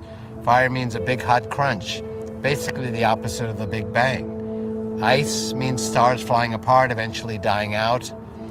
Both of these views of cosmology assume that intelligence has nothing to do with it, that intelligence is just a bit of entertaining froth that dances in and out of the dumb celestial forces that rule the universe. But this perspective ignores the law of accelerating returns. As a result of the exponential expansion of our knowledge and skill, the universe will ultimately be infused with computronium and with the vast intelligence of our human-machine civilization. So the universe will wake up, and we will intelligently decide its fate. That's why the aliens are focused on us right now. Yeah, you're right. Yeah. That is what they're worried about. I'm sure of it. It's got to be. So yeah, that's the cosmic internet right there. But the only question he didn't ask in that video was, what if we're not the first people to get that far? So he's been asked about aliens, and he's like, I don't know, maybe. He's very non-committal on the whole alien thing. He's like, I mean, it's not just aliens, right? Like yesterday, GB News, which is a mainstream media outlet, I think it's mainstream, right, Sander? It's from Great Britain. Everyone knows what it is. Yeah. And it's quite sensationalist. They just wrote an article about a paper that is gonna be tried to get peer reviewed. About the pyramids and about how this paper posts that the pyramids were built by a much older civilization than it's acknowledged. And I don't think it's just about aliens, right? Like, I think it has to do with that. Sanders says, have others done it before? That's what you're asking, essentially, right? I think so. Based on the pyramids, I think so. Yeah, absolutely. The interesting thing about what Ray said in that video is, maybe light speed travel / if functionally equivalent communication isn't possible. Fine, I get that. Let's talk about the Milky Way for a second. It's 300,000 light years across, I think. So it's essentially at the speed of light. Sorry, no, I've got my maths wrong. But essentially, it's It takes about 100,000 years for light to travel from one side of the galaxy to the other. We may well have a network just inside our own galaxy if the if light speed is really a hard limit, which I don't believe as a ufologist at the end of the day. But anyway, even if that was the case, given the size of the Milky Way, it's still a very small chance that we're the most technologically advanced species in just our one galaxy. And we are probably, I don't know, how far away do you really think we are from a capability like this once we have AGI online? Dude, you just heard Kurzweil. One of the smartest people in the world just told you by the end of the next century. Dude, well, guess what? AGI and ASI is going to make sure you're alive at the end of the next century. You'll be around to see us develop faster than light travel. Even if we don't develop that, a civilization just a few thousand years our senior technologically could have developed some sort of network in just our own galaxy, and they're spreading their way here as we speak. And depending on, I mean, the chances that they are on the exact opposite of the galaxy are very small. They might be 30, 40,000 light years away. I don't know. In medicine, there's also a new development. Did you guys see that this week with Dr. Sinclair? I sent you a link on the chat. Yes. That is wild. What he announced there is wild. You sent Xander, you have the clip, Xander? Can you play that? David Sinclair? Yeah. David Sinclair is a researcher at Harvard University who has been pioneering age reversal research. And okay, so I don't usually get into the age reversal stuff on this show, but he is awesome. And he has developed this protocol by utilizing something called the Yamanaka factors that can basically reset old cells and make them young again. And they've done this. Well, listen to David explain this to you. Is that next month we're going into human clinical trials to test for the first time in history whether we can reverse the aging process and cure diseases. We can tackle aging because we now believe we understand why we age. And it's not wear and tear. It's not that we just wear out like a car. Our bodies are not like cars. Our bodies are more like computers that can be programmed and reprogrammed and rebooted to be young again. We are like computers, not machines.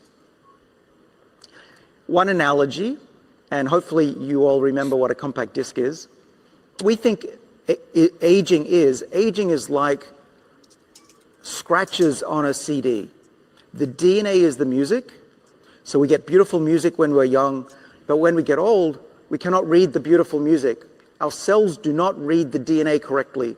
So the cells, they become lost. They become confused, and our old cells do not make the right proteins, and they get diseases. This, we believe, is aging. But what's amazing is we found that you can polish the CD. You can get rid of the scratches and rejuvenate cells so they're young again. And to put it another way, you can reinstall the software of the body so that it's young again. We can quite literally, in my lab, reverse the age of cells and of very complex organs and tissues, including the eye, the most complex, and the brain. We can reverse aging by 75% in 6 weeks. We actually were able to show that using this method, we could cure blindness in animals for the first time. We could cure blindness. And the world reported just last week that the US FDA regulatory body cleared the way for the first age reversal human trial. It's a big deal. The FDA is very supportive. And we will know this year, maybe in the next few months, if age reversal works. Okay, now I'm going to show you.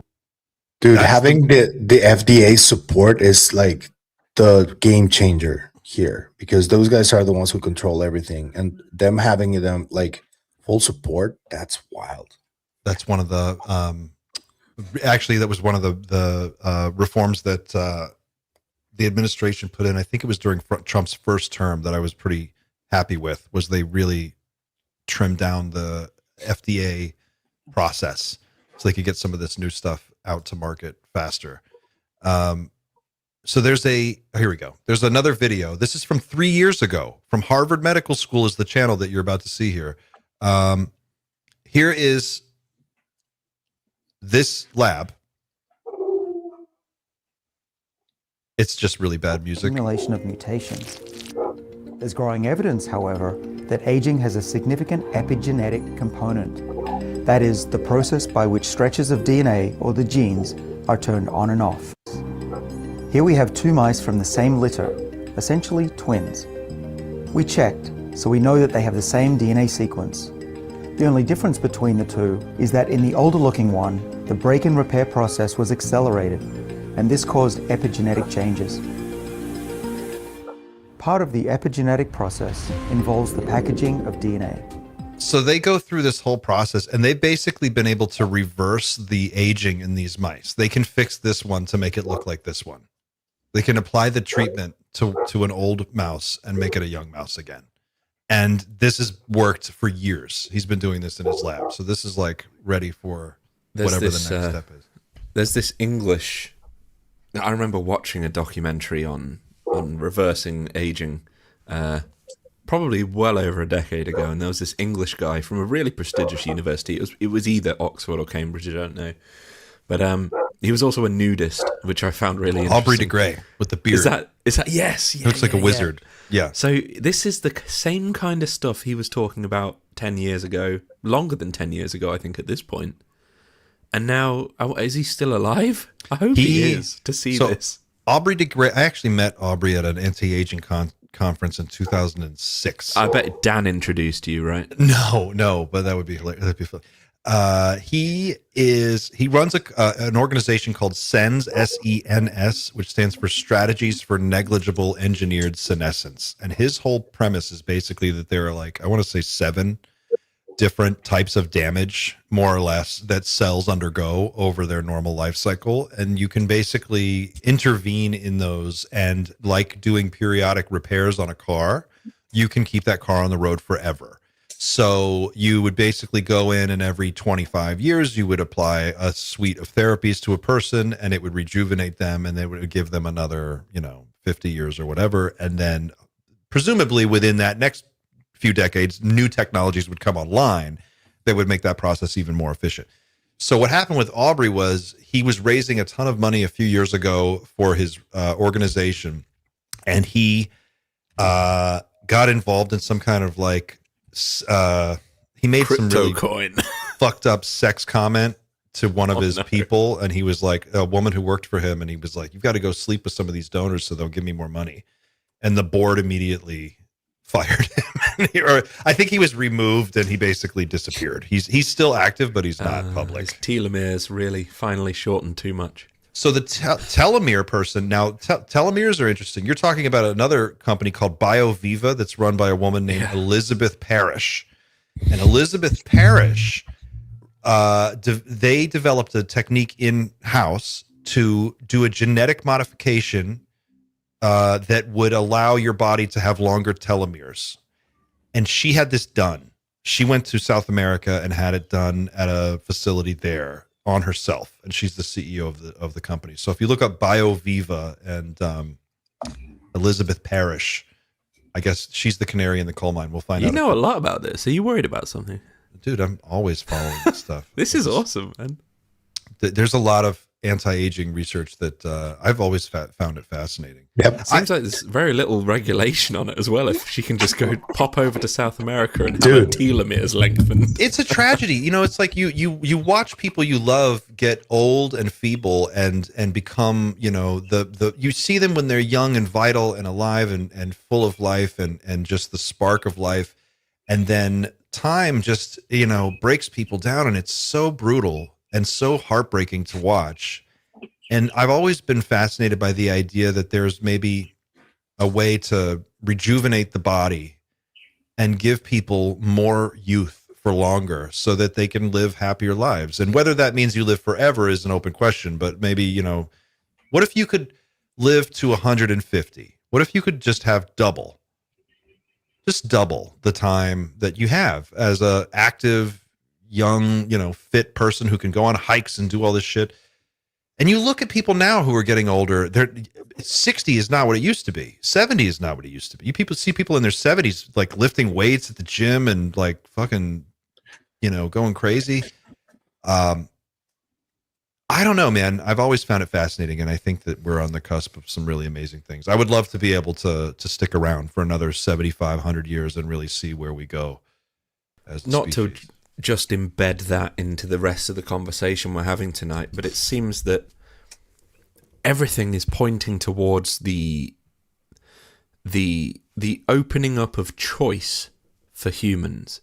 And I think the main problem is what can we really predict that humanity as a whole will do with that choice? The individual would choose to stop their parent from getting dementia, absolutely.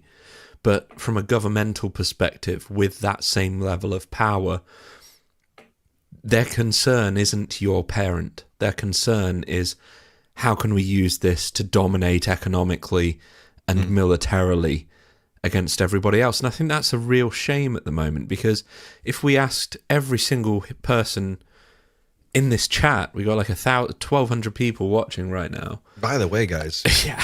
hit that like button. This is amazing. We're blowing it up today.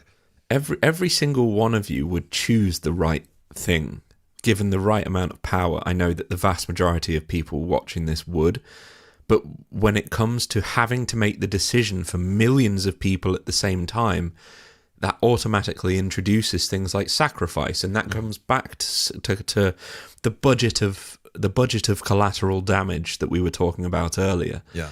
The CEO of Anthropic isn't a military guy. He has the aging parents, whereas people like Pete Hegseth, they have to think in terms of, how does this protect the homeland? And I'm not absolving them of any responsibility. I think it's a shame that they have to think like that, because ultimately I think everybody kind of just wants to spend some nice time with their family and have the choice. I think that's the whole thing, is that eventually it'd be nice if everybody, maybe that's the end goal, everybody gets to say when they've had enough of this experience.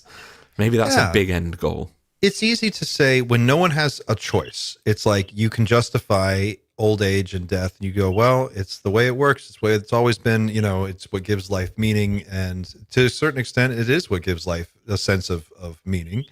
But also, if you were to ask someone in their 70s or 80s, would they like to live another 10 years? How about another 1 year? I think 99% of people would be like, yeah, I like being alive. I'd like to be alive another year. And then if you asked them again, they'd probably keep saying that. And so I think the thing people are scared of is the obvious decline of the physical body. Being locked in a body that's just fucking broken and in pain all the time is awful. And if we're going to use AI to fix anything, we should be using it to reduce suffering across the board. And maybe, I don't disagree with what you said about Pete. I don't like Pete Hegseth as an individual, and I don't like this administration personally for all the obvious reasons that most people already know. For the record, I know nothing about the man. And he's just the person in that chair right now, as far as you're not missing out on anything. He's a dude, bro.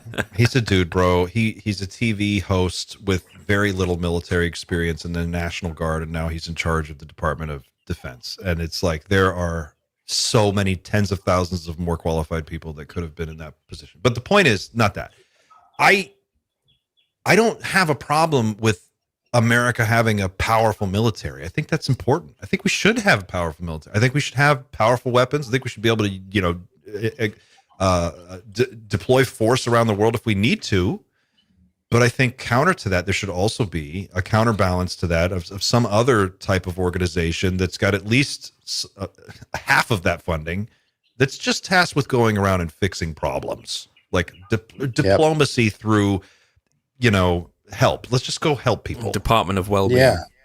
And figure out, like, what can we do? We spend so much money. When we feel that there's a threat, we will break out the checkbook and write checks for unlimited amounts of money that we cannot produce. We don't have. We literally just invent it. And we go, we're going to spend all this money on ICE because this year we decided ICE needs 3 times the budget, and it needs all these. They're buying warehouses all across the country to house people that they detain.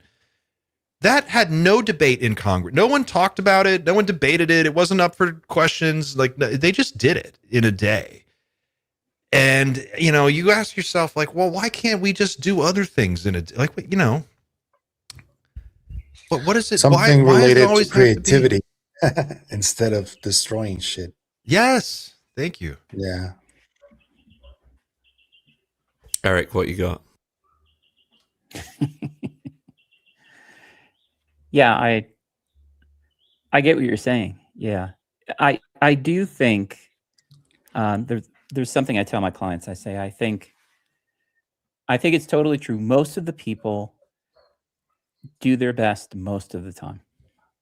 I think that's true. And when you mention the people in the chat, would they have some kind of sinister answer to a question?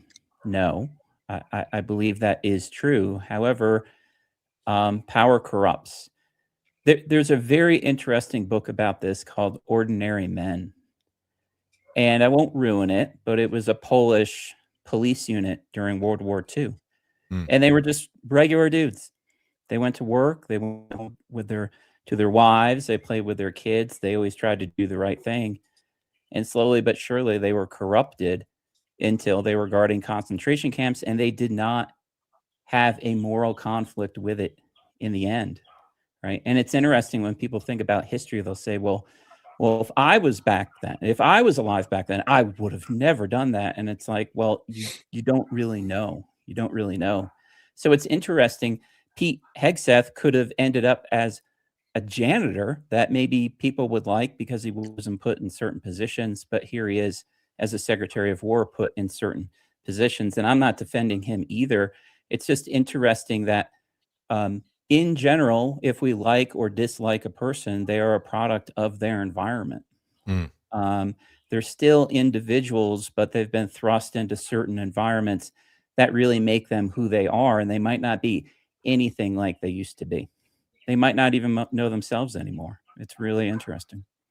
I think that's what happens to these guys who become, you know, the ultra elite, ultra wealthy tech bros. They live in a bubble for so long that they're just attached. They really do believe they're ushering in a utopia. Yeah. You know, like Elon Musk is convinced. He's like, you just let me keep doing everything I want to do with no breaks and no restraints, and I will deliver a utopia. But whose idea of utopia is he delivering? And what does that even mean? And what about all the people that disagree with him and don't, you know, and that's just him. I don't want to put it all on Elon, but it's true of all these guys. They live in a bubble that's detached from the world the rest of us have to deal with every day. We don't have a choice. And, you know, that just puts the decision makers in a completely different world than the people who their decisions are going to affect. That's really very frightening. Very isolated. You know, like people need to. Sorry, go ahead. Yeah, like they don't know how much a gallon of milk costs. You know, that's usually the cliche, perfect example. But you know, there's a little bit of truth to it. People need to remember that humans are where they are because we're just really good at adapting to our environment. We fit into the environment we're placed in, and we're so good at conquering that environment. That's why we're everywhere. Given I know ants and bacteria are everywhere, but they're not hosting any podcasts anytime soon. But like the Department of War he's occupying an environment, and he's going to play that role to be able to survive really well in that environment. And that's the same for everybody. So that's why I say, like, the individual will make the right decision for them personally. But the individuals that are placed into that chair that have to make the decision on behalf of millions of people, they can't think about the individual person because they wouldn't survive long enough in that position to make the right decision. They have to think, in one hand, I've got 1 million dead, and in the other hand, I've got 1,000,001 dead. Mm-hmm. So which choice am I going to make?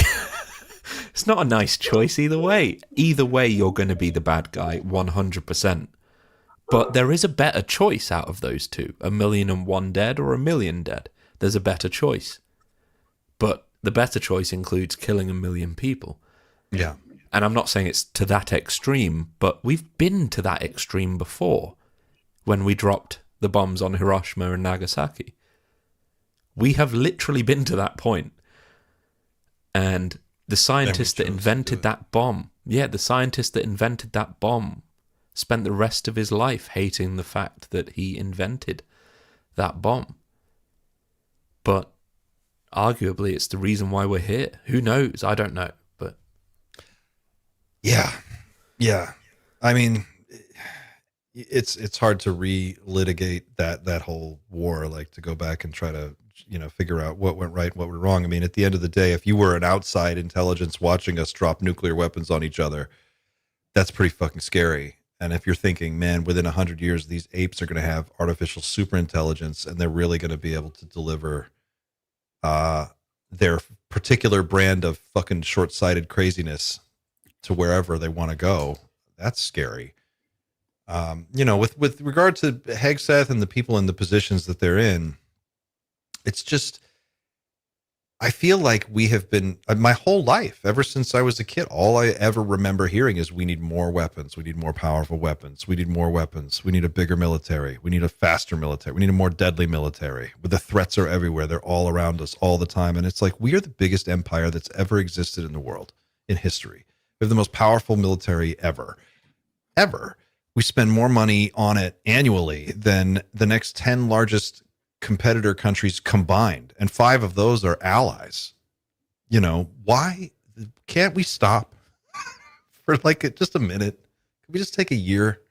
I explore this a little bit in tonight's episode, but I try and answer the question: will humanity stop before it creates AGI? Will it be able to stop itself? There are a couple of examples where humanity has been able to do it. In some areas of biological research, we've said, okay, we probably shouldn't fuck with that.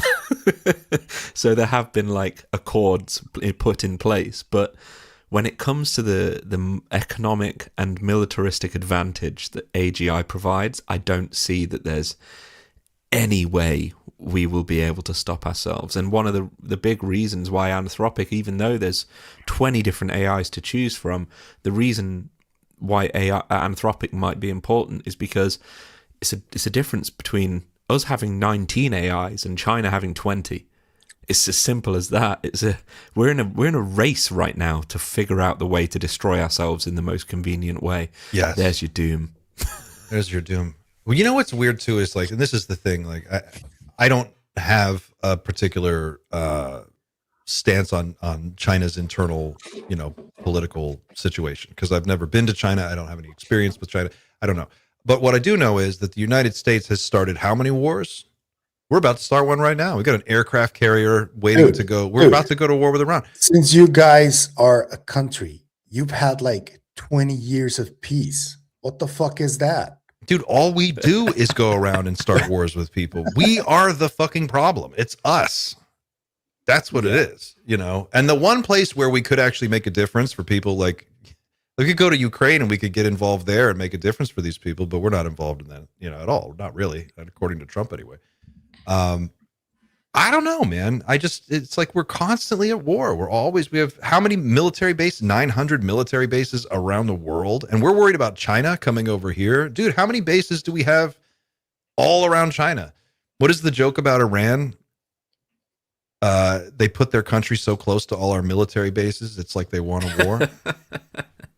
They're surrounded by military. Look at how many American military bases are surrounding Iran. It's fucking crazy. I don't know, man. But don't feel intimidated. It's fine. It's totally fine. Well, the whole thing about, the justification, we got to stop them from having a nuclear program. Well, isn't that what you did a few months ago when you launched cruise missiles into their fucking mountain complex? Remember the bunker busters they dropped on that fucking mountain? And they were like, we obliterated their nuclear program. Mission accomplished. Here you are with an aircraft fleet. Literally. And now we're going back.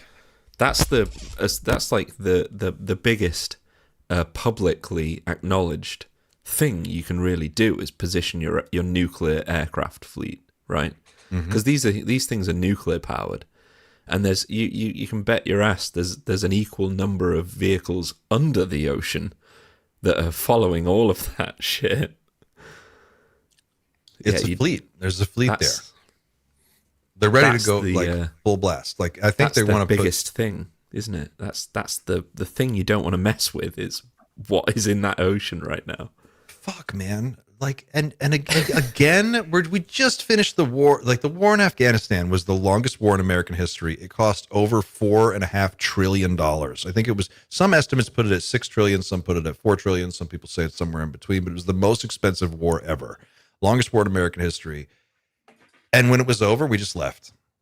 And we didn't even bring our shit back. We left it there. Left all that equipment. And the all guys that shit. you kicked out and I shouldn't say you because it was we. The guys we kicked out, they're right back in there. Yeah, they're right back in. Women, nah, no more university, no more school. Straight back to the way it was. I hope that the younger people in the generations to come are hip to how fucking backwards all of these policy decisions are, and how much the propaganda is just that propaganda. And I hope that people are more educated about this. I worry, though, that that's what AI will eventually be used for, is to convince people that all these like weird misadventures are justified and make perfect sense. It's just, it's such a waste of resources. Pavel, you got somebody in the chat who retro 1236.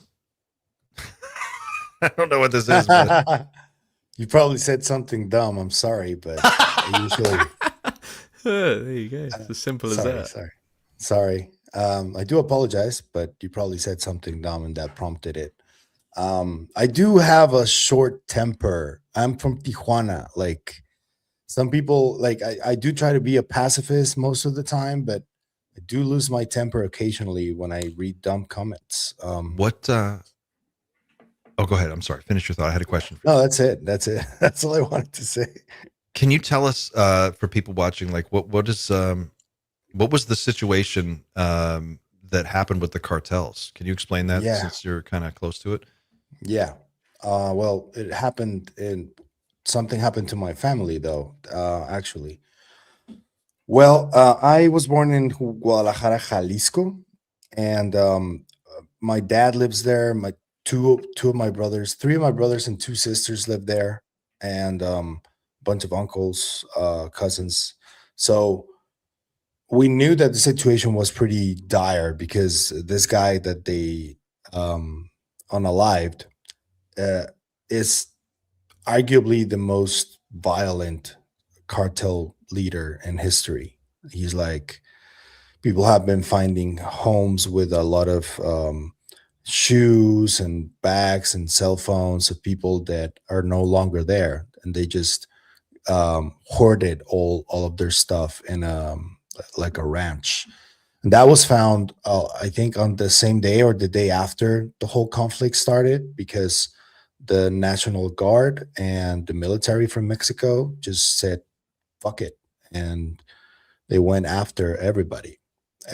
Like, it's been, in the last 3 or 4 days, they've got like hundreds and hundreds of cartel members arrested, and many of them also unalived.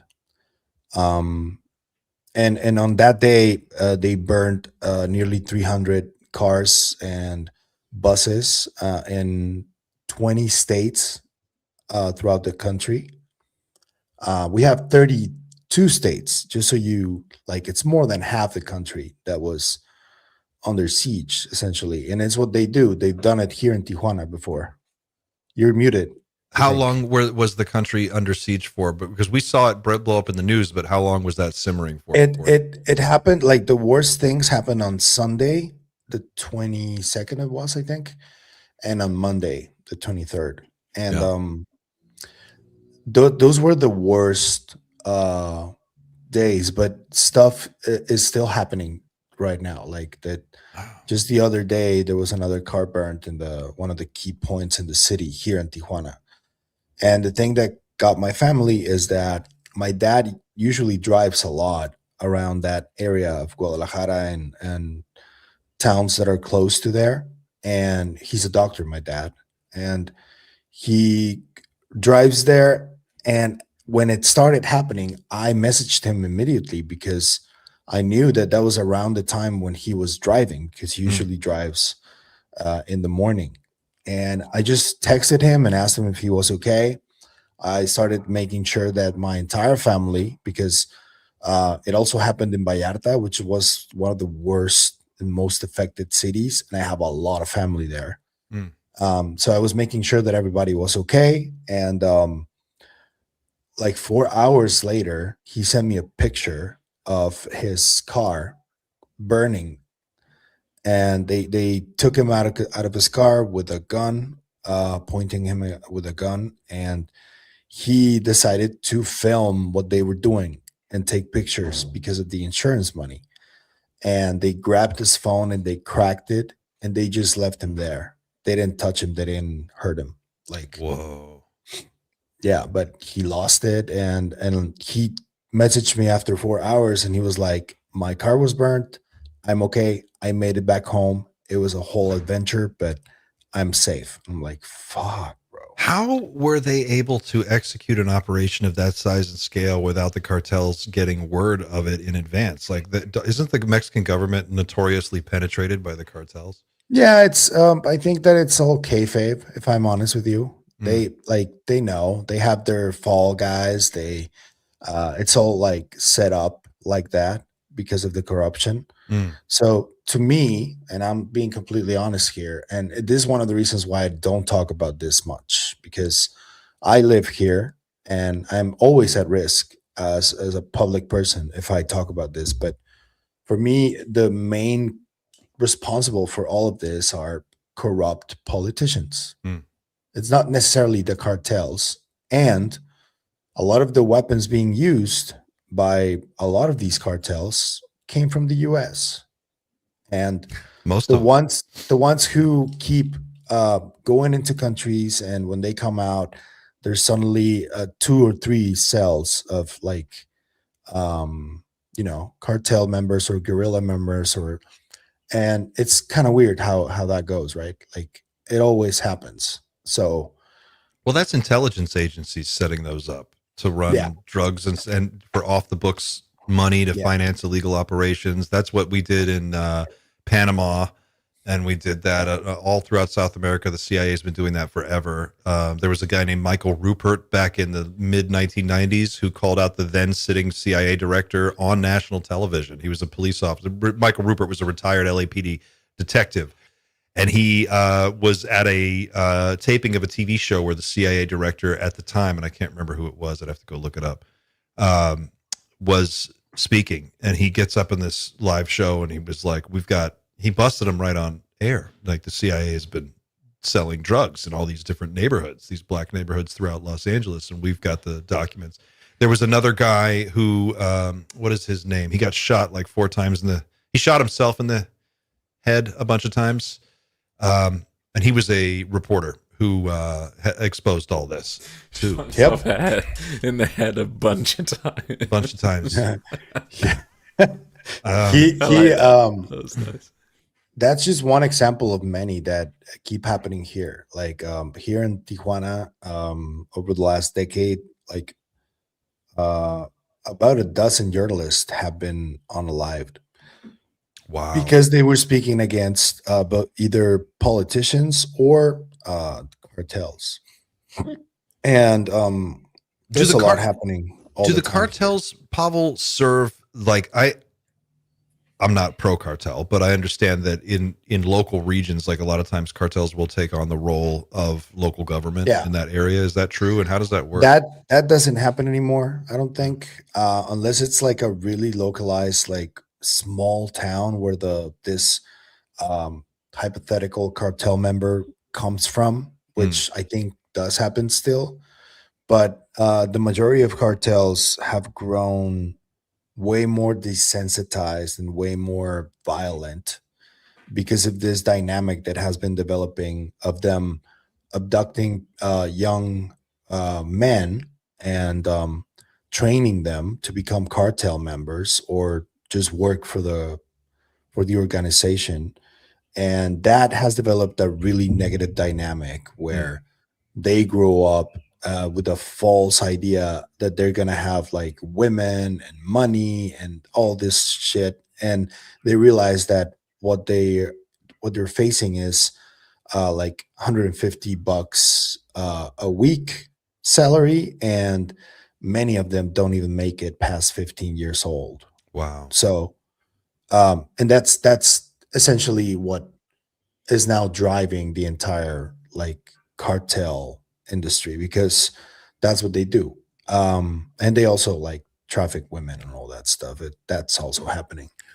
I understand they send that some of the cartels are sending guys to Ukraine to learn how to fly drones and fight, because the Ukrainians are doing all this really badass drone warfare. I've seen some images of them with some of these guns that are like directed energy weapons. That is like a rifle, but it's like a really big one. Have you seen those? Mm-hmm. I've seen cartel members with some of those. So, you know, they. I know that the Navy SEALs and the whole Green Berets and all these guys, they think that like they would end cartels like in a heartbeat.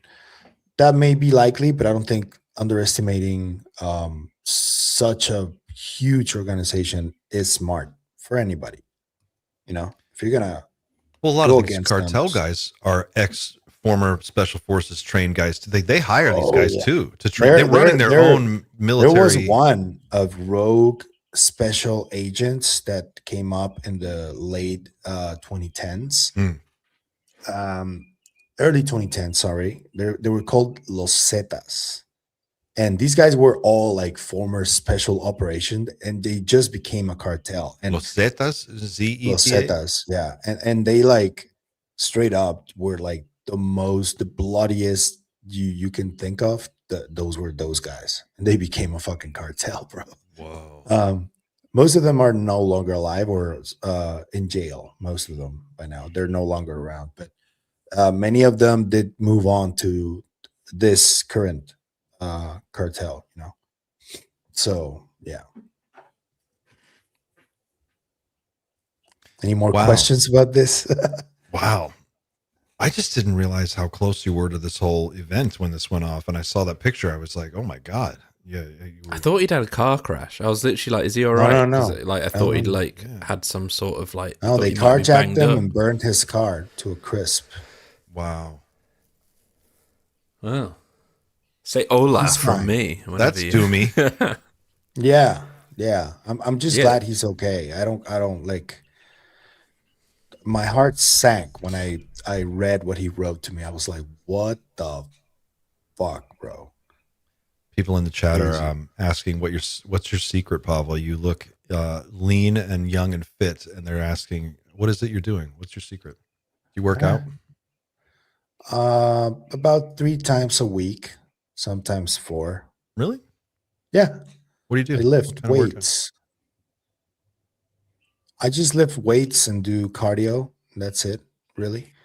And thanks to my lovely wife, she has a really cool system of diet and all that, and she's wonderful. You're coming to my town in a couple of weeks. Yes, let's talk about that. Holy We're gonna hang out. I have a bunch of restaurants I want to take you to. Oh shit, bro.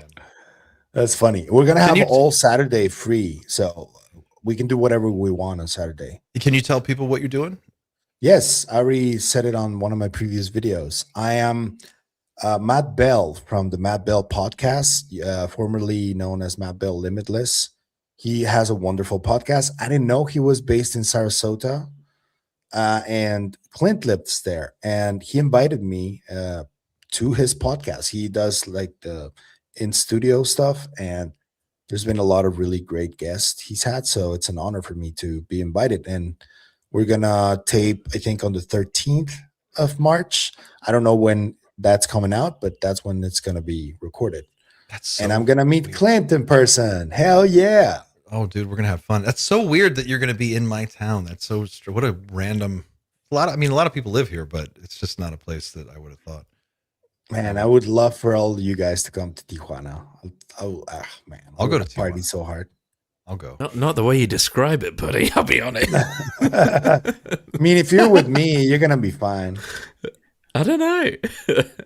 I do. I'm kidding. Chat question here. Do you think love is unique to us humans? Could that be? Could that be what they are researching? Are they jealous? I got something for this. Is love the secret?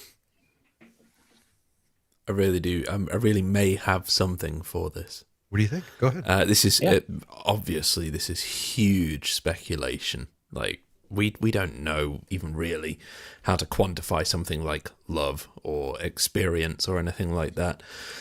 But I think the question is more going towards, what's the human value? Like what's the point in keeping us here? There must be 1,000 other species to study and things like that. Or there might be, aside from all of the threat that we may pose as on the dawn of creating an AGI that could potentially unlock the powers of God for us, it might be the case, just a thought here, it might be the case that what we can offer is the idea that experience itself, the experience that I have, you have, and everybody on Earth has, is a fundamental sort of manifestation of part of a universal field in terms, and by that I mean we all know about the idea of quantum mechanics and the idea that something needs to be measured to collapse the wave function and become real. The idea here goes into the fact that even though we may create a sentience, that sentience might just be something that exists inside our sentience because it's inside the universe that we have manifested. So in that way, yes, Donald Hoffman, it's kind of similar to what Don Hoffman's saying, and he thinks he's actually on the cusp of making a big discovery as well. That's quite interesting. He says he has evidence about it. He's going to present it. He's just waiting for the mathematicians to give him the green light. No, it's Donald Hoffman, Dr. Donald Dustin Hoffman. Hoffman's got an experiment. I know I said that in a really bad way, but the idea to prove consciousness is real. But human experience might actually be a fundamental aspect of reality itself, and therefore anything that we create, and perhaps any sort of other sentience in the universe that may not have the same experience as us, may need to preserve us, specifically so the universe can persist. Because without us, without us, the tree is falling in the forest without anybody to hear it. I think that all of Earth and like every being on Earth is like a single organism, but it becomes disconnected at a certain point, certain parts of it. And I think us humans, as we grow up, we become disconnected of it too. But we still actively create reality collectively, all of us, and we don't realize it because it's on a subconscious level.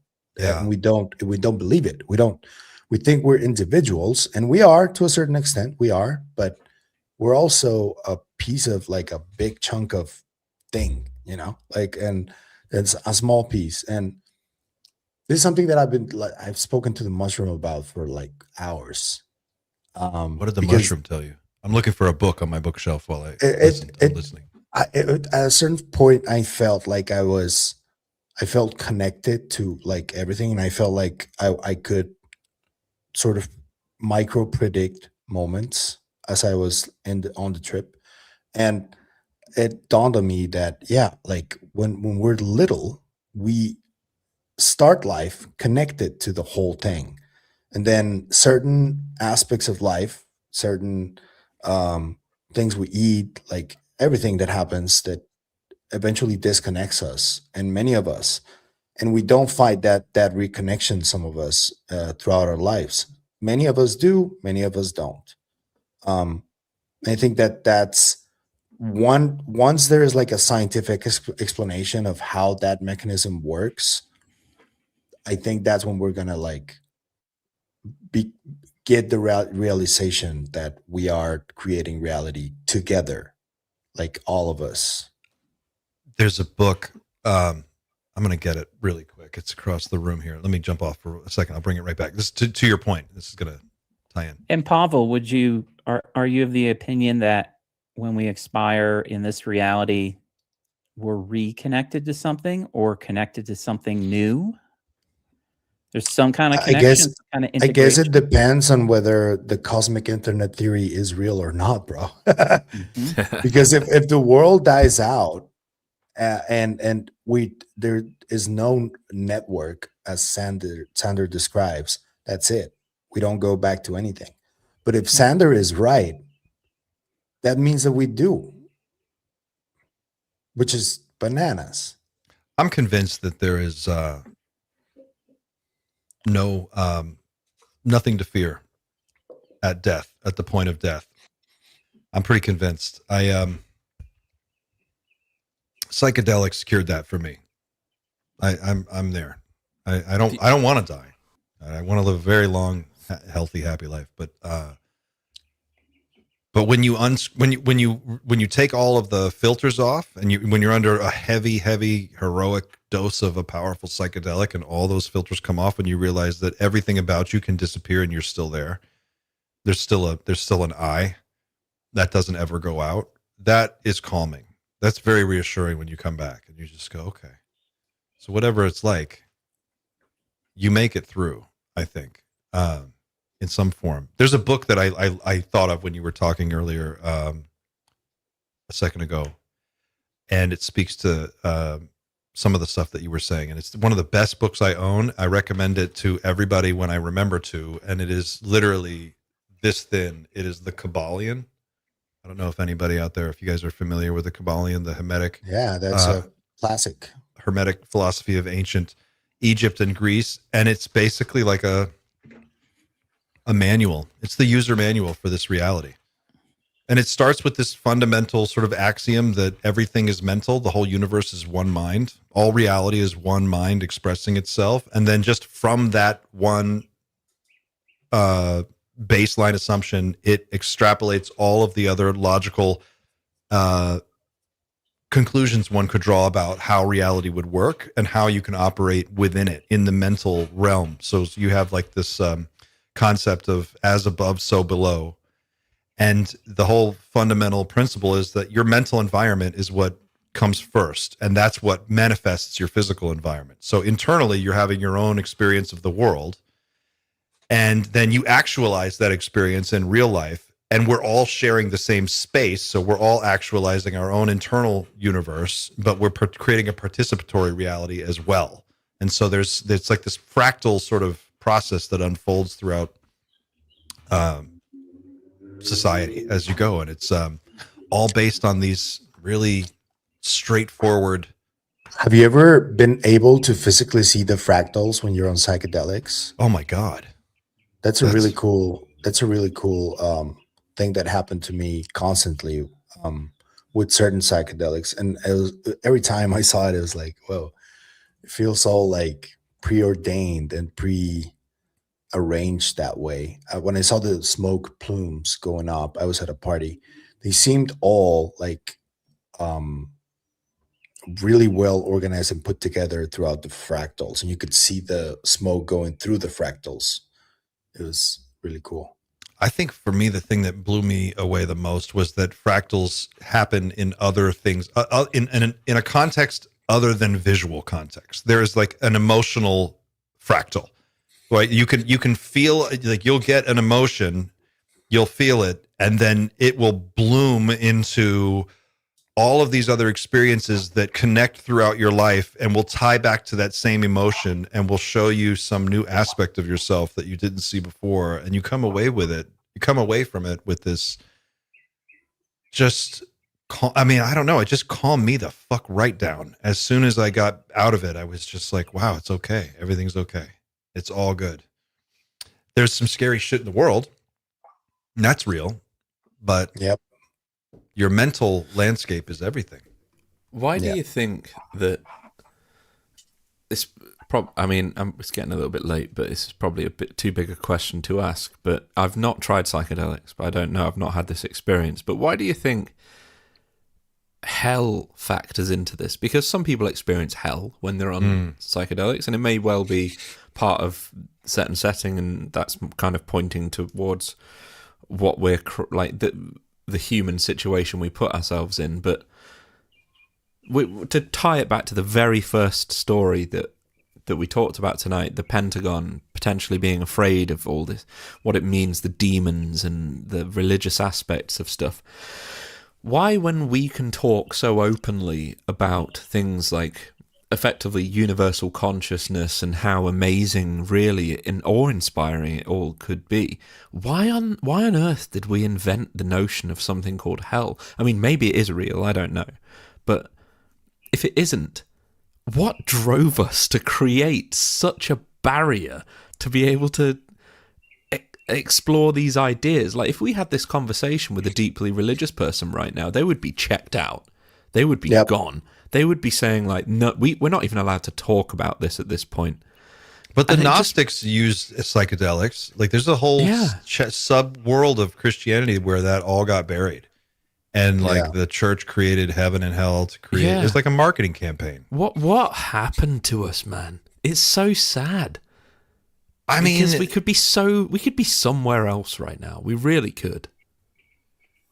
Well, that's the thing, right? I mean, it's like we are. Christianity is just one aspect of how to look at all this stuff. But, like, the thing about psychedelics for me anyway, that there is no middleman. It's you and source. You will taste what it's like to go beyond the veil. You will come back with knowledge gained through personal experience. And there is nothing I can tell you that will prepare you really for what it's like. There's nothing Pavel's going to say. There's no book you can read, because the things that you're going to come back with are beyond language. There is no language. It's insufficient.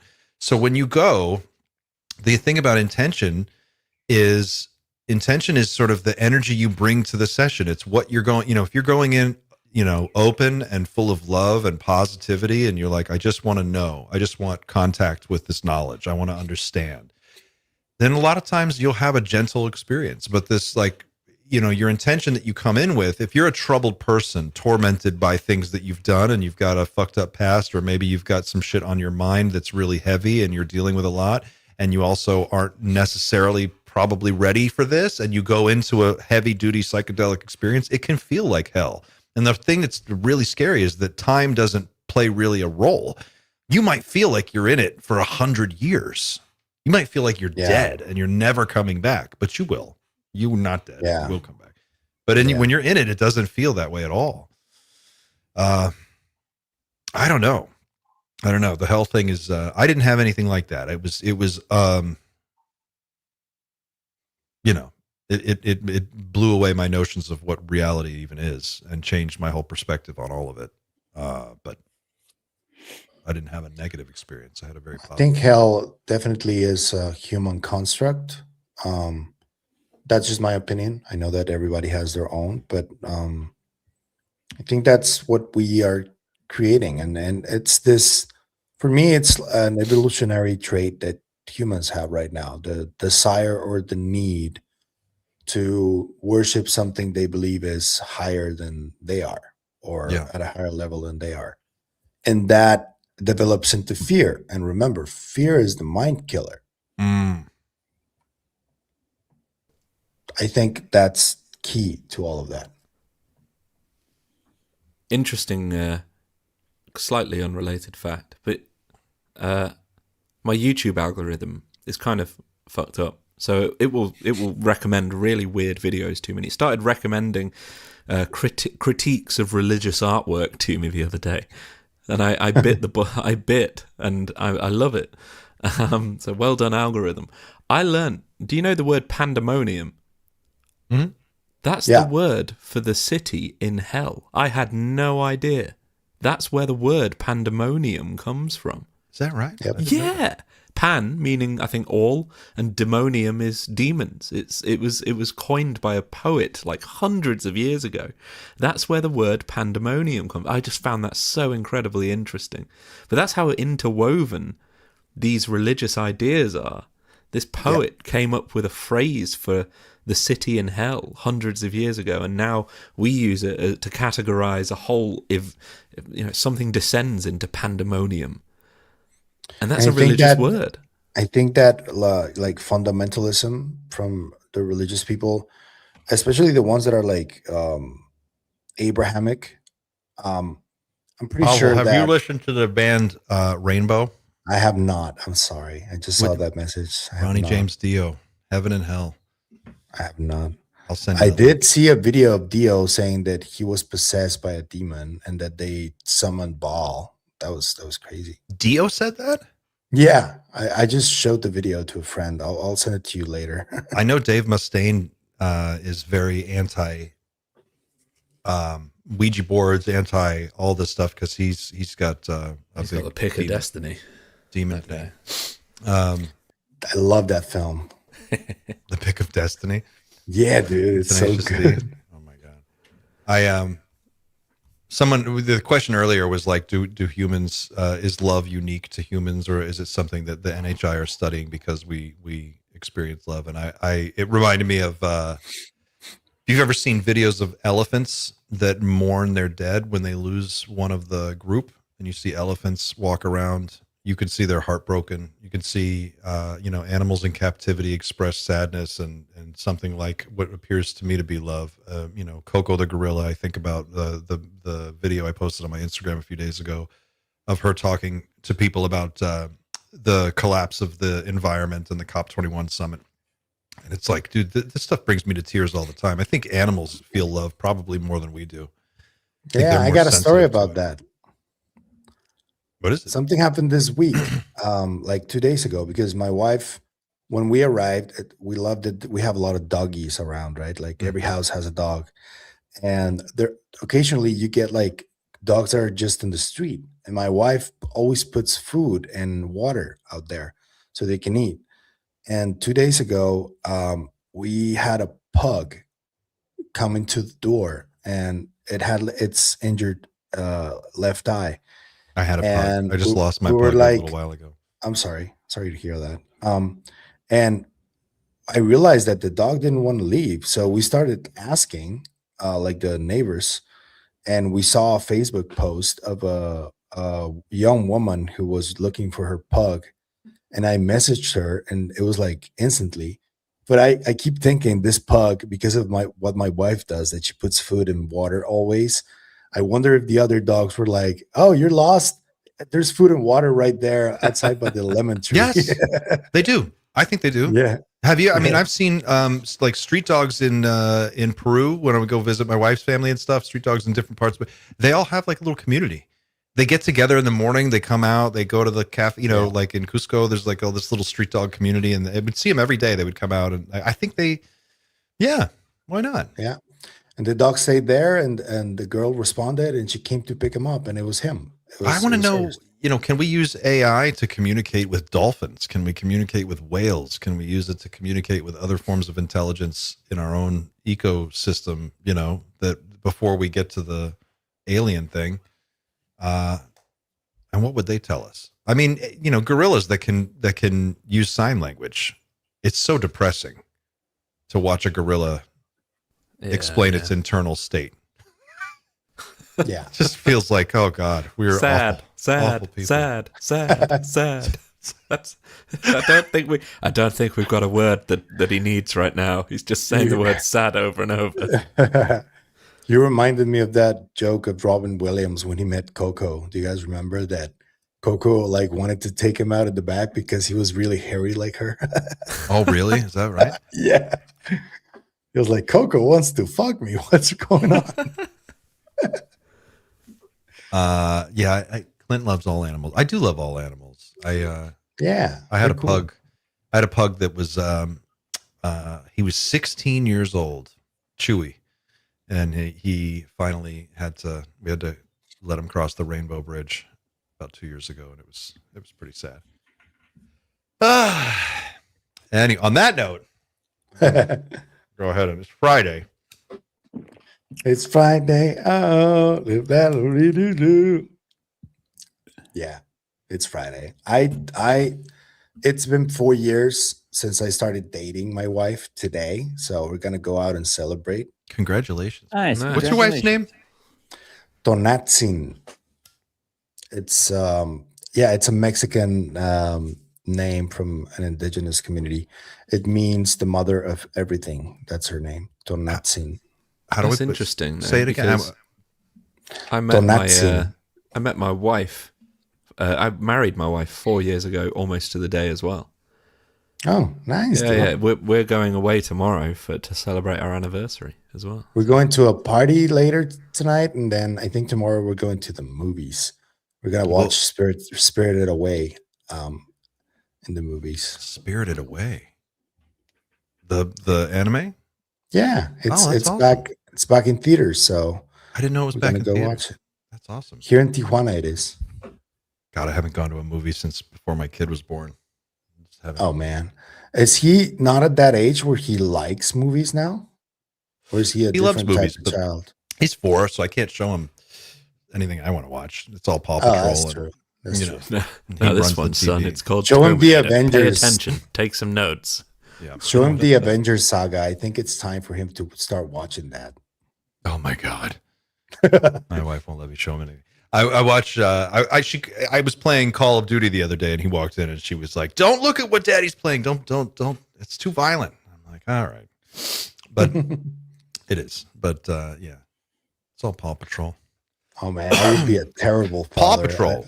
What the fuck's going on in Adventure Bay? This one kid, this billionaire kid, has a fucking aircraft carrier, and his little cadre of pups. Like, what they need is a well-funded fire department, a police department. We need some social services in this community. That's Elon Pup right there.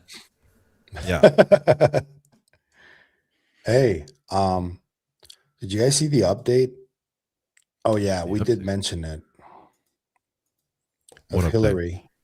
Oh, Okay. yeah. Since we've been on air, there's another update. Yeah, you did mention it, that she talked about that she was the one who asked about the NDAA. That was wild. If she was the one who asked, Very weird, yeah, because that was 2024. yeah. Last time she ran for office was 2016. So think she's 8 just years really later, she's interested, man. asking about a legislation that she has nothing to do with. She's not even in office. Like, why is she asking about that? I would guess that she's part of the Rockefeller Initiative. Hey, well, I know she's asked about UFOs before. She's been in, Harry Reid. He was a senator. She was a senator from New York. Harry Reid was senator while her husband was president. A lot of Podesta stuff. was her campaign manager, and he's infatuated with UAPs. Podesta. Yeah. Mhm. He said one of his greatest regrets was not being able to access and reveal the UFO topic. He said that was one of the greatest regrets of his entire career. Podesta. Wow. Yeah. Really? Yep. He said Because that? UFOs are Yeah. real, dude. Everything's real. Yep. We're so far past the is it real? Mm-hmm. Yeah. We're so far past all that. And I wonder, like, you think that's locked in? There's no going back now. We're past it. I think we have like fumbled our way past some kind of disclosure milestone. I agree. Right? Like it wasn't what anyone imagined it would be. And it may still turn out to be that. I don't think it will, but we are definitely past the it's real thing. So I have the Podesta quote. This is February 2015. John Podesta, former White House aide to 2 presidents, admits, quote, "My biggest failure of 2014 was not, again, securing the disclosure of the UFO files." So not in his life, but for all of 2014, he said that was his biggest shortcoming and regret. Yeah, he's like friends with Tom DeLonge. He's probably friends with Dan, too. So obnoxious. Dan. Do you think we're going to get what do you anticipate for Trump? Let's bring it back around to the disclosure thing we started with. I mean, he says July 8th, according to Mark Christopher Lee. The rumors are out there. He's basically confirmed that there is something. What do you expect? What do you think he's going to do? Well, I'm not sure. Someone asked me this the other day, and I'm not sure, but I have a guess, and it's tied to the Epstein stuff. Okay, so everyone wanted to see the Epstein files, and so what? Now I think I was naive at first, I must admit. So they released $3.25 million pages of documents. And the greatest problem I've seen when people are trying to comment on this intelligently, everyone's like, it's too much material. Like, I don't Yeah. even know where to begin, right? One lifetime, you couldn't even read half of that stuff, right? Yeah. And a lot of other strange things are coming out about the whole Epstein thing that are super creepy and super disturbing and just unbelievable, right? Yeah. If I was in Trump's position and I wanted to safeguard what the government knows about UAPs, I would do the same exact thing. Okay. So what I would do is I would release so much information that it would be impossible to sort through. I'd also release a lot of crazy information about abductions, dramatic video, dramatic photos. And it seems so unreal that people won't believe it. Now, this is what the government did with the DHS documents with Kona Blue. Kona Blue, according to James Lukatsky, existed and it still exists. And DHS purposely declassified the documents, though they're real, but they were so woo, people didn't believe it. Super George woo. Knapp has said this. He goes, that's why they declassified it. It's so weird, it can't be true. So what my guess is, it's a complete information dump that's impossible to sort through, and the evidence is so good, it can't be true. What was so weird and woo in the Kona Blue? They basically talk about like psi abilities and the studies that are being conducted about psi and about manifestation. Are you familiar with slide 9? The infamous leaked slide 9? Yeah. Yes. Essentially, Kona Blue is like a way more prepared program that talks about a lot of the stuff in slide 9. Slide 9 was where they said, yeah, you could affect someone's mind from a distance, right? Yeah. Let's find out. Where's slide 9? Slide 9. Anyone in the chat know what we're talking about here? Slide 9, the infamous leaked slide 9 was this Lou's presentation? I think it was one of the documents that came out when Lou resigned. It leaked at his resignation letter, I think, and slide 9 was right beside it, I think. I'm not sure. People are going to correct me in the chat if I'm wrong, but I've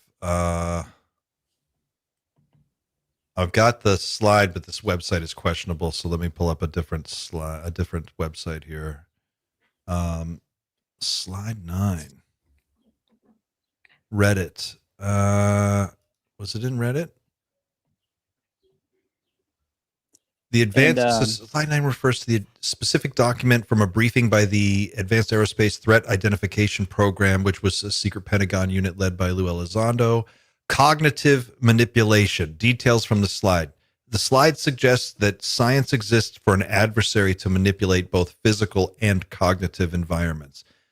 Quantum-based technologies, national security threat, and psychological neurological threat. Wow. And Clint, whenever you're ready, I have a couple notes here from the Kona Blue document that you might be interested in hearing. Go ahead. Okay, so this is directly from the DHS declassified Kona Blue document, and this fell under program goals, and I'll keep them brief, but these are direct quotes from the DHS document. 1, develop remote viewing countermeasures. So people were remote viewing our shit, and they were trying to stop that from happening. Another one, study consciousness interactions and control of technology. So I think that was using your mind to fly UAPs. Study physiological and psychological effects of interaction with vehicles.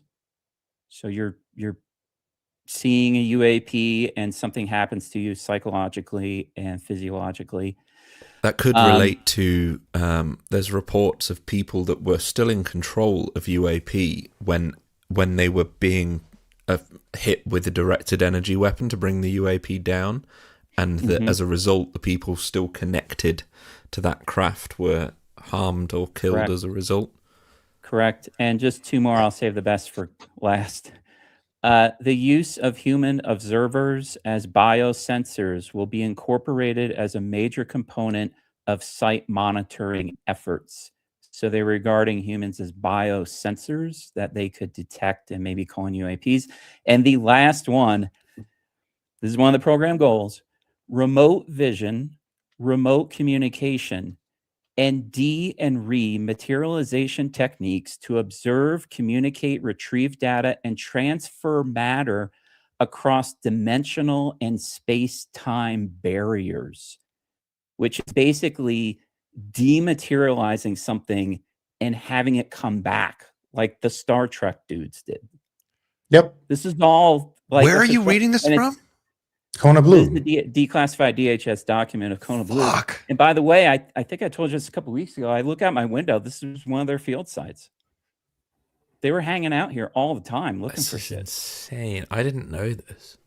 Yeah, Yeah. Wow. Why? it's crazy. It's pretty wild. Where can- Yeah. Wait. I've So done a can bunch of is- videos about it. Where's the link to this? Like, where can we see that? I want to see You this can whole just type thing. in. I have the DHS Kona document. I'll Blue. send it to you later. Send it. Declassified. Yeah, it's a PDF online. Yep. And so the story was from Kathleen Hicks that we were gonna do it, and we set aside some money.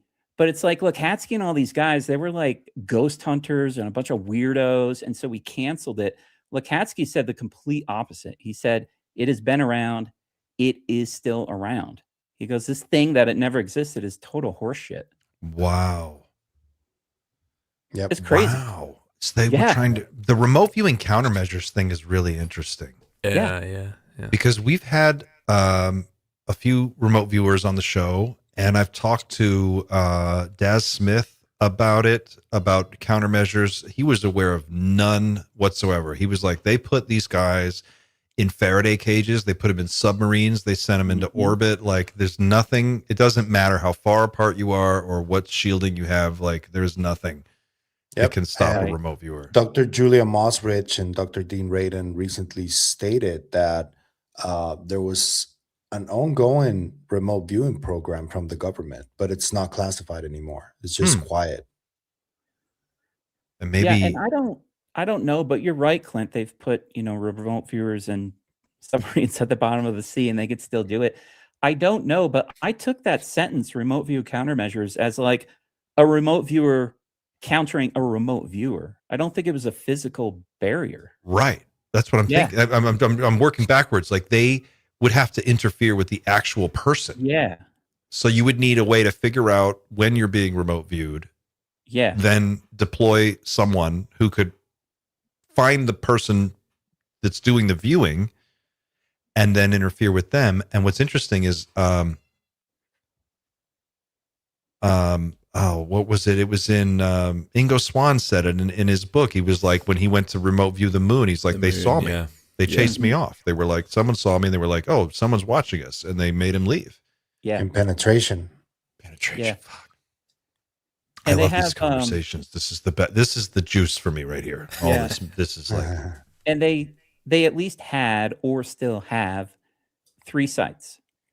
There's a site in Missouri with noted paranormal UAP activity, Skinwalker Ranch, and the San Luis Valley of Colorado. Those are the 3 sites.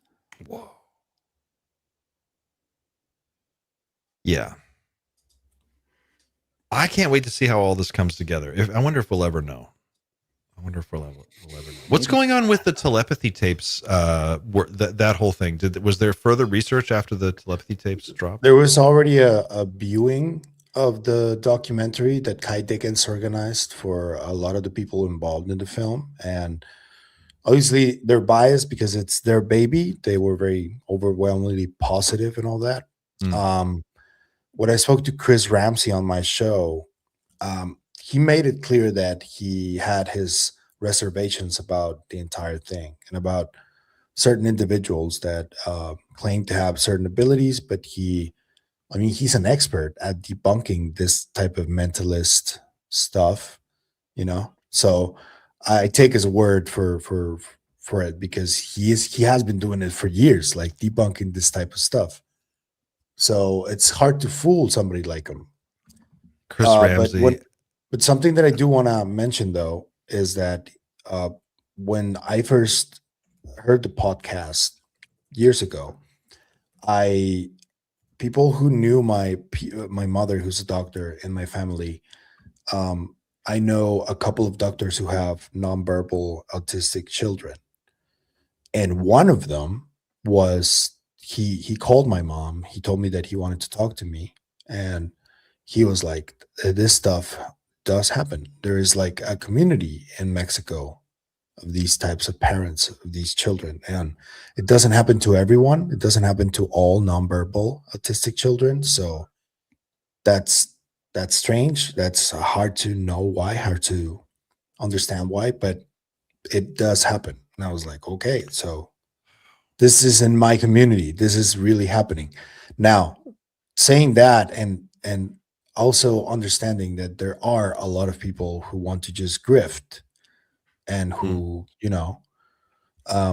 that's also happening. So kind of hard to learn to identify the ones who are trying to, play you for a fool. Wow. I heard Diane Hennessy Powell on a podcast recently where she was saying something about some kids that have this ability. They don't actively use it to communicate, but they listen in. She's like, they're called eavesdroppers, and they're like around, and they'll just listen in on other people's thoughts, and they'll just kind of mix in. And Chris Ramsey said something interesting about, he's like, I always just am looking for someone who might be telepathic, when I'm out. He's like, I just kind of put it out there. Like, if you could hear me, let me know. And he's kind of, I just thought that was really interesting to hear him say the way he put it. He said, because he was kind of joking, but he was also kind of serious about it. He seemed like he was really doing it. Did you see his interview with Chrissy Newton? No, I haven't seen. When did he interview Chris? They did some like telepathy tests, and they did like guess each other's numbers, and it was pretty wild to see. I don't know how they did it, but it was pretty cool. Dude, homeboy unlocked my phone, and I have no idea to this day. I'm still like wondering how he did it. He's like, and Corbell was there, and he was like, "Don't touch me, don't fucking touch me." And we all watched him. We watched Ramsey do something to Corbell, and he was able to like. I don't know what he did. He didn't even move. And suddenly Jeremy looks under his watch and he pulls out a folded up playing card. Ramsey had signed it. It was like underneath his wristwatch. I'm like, what the hell? This guy is a sorcerer. It was the coolest night ever. Yeah, it was a good night.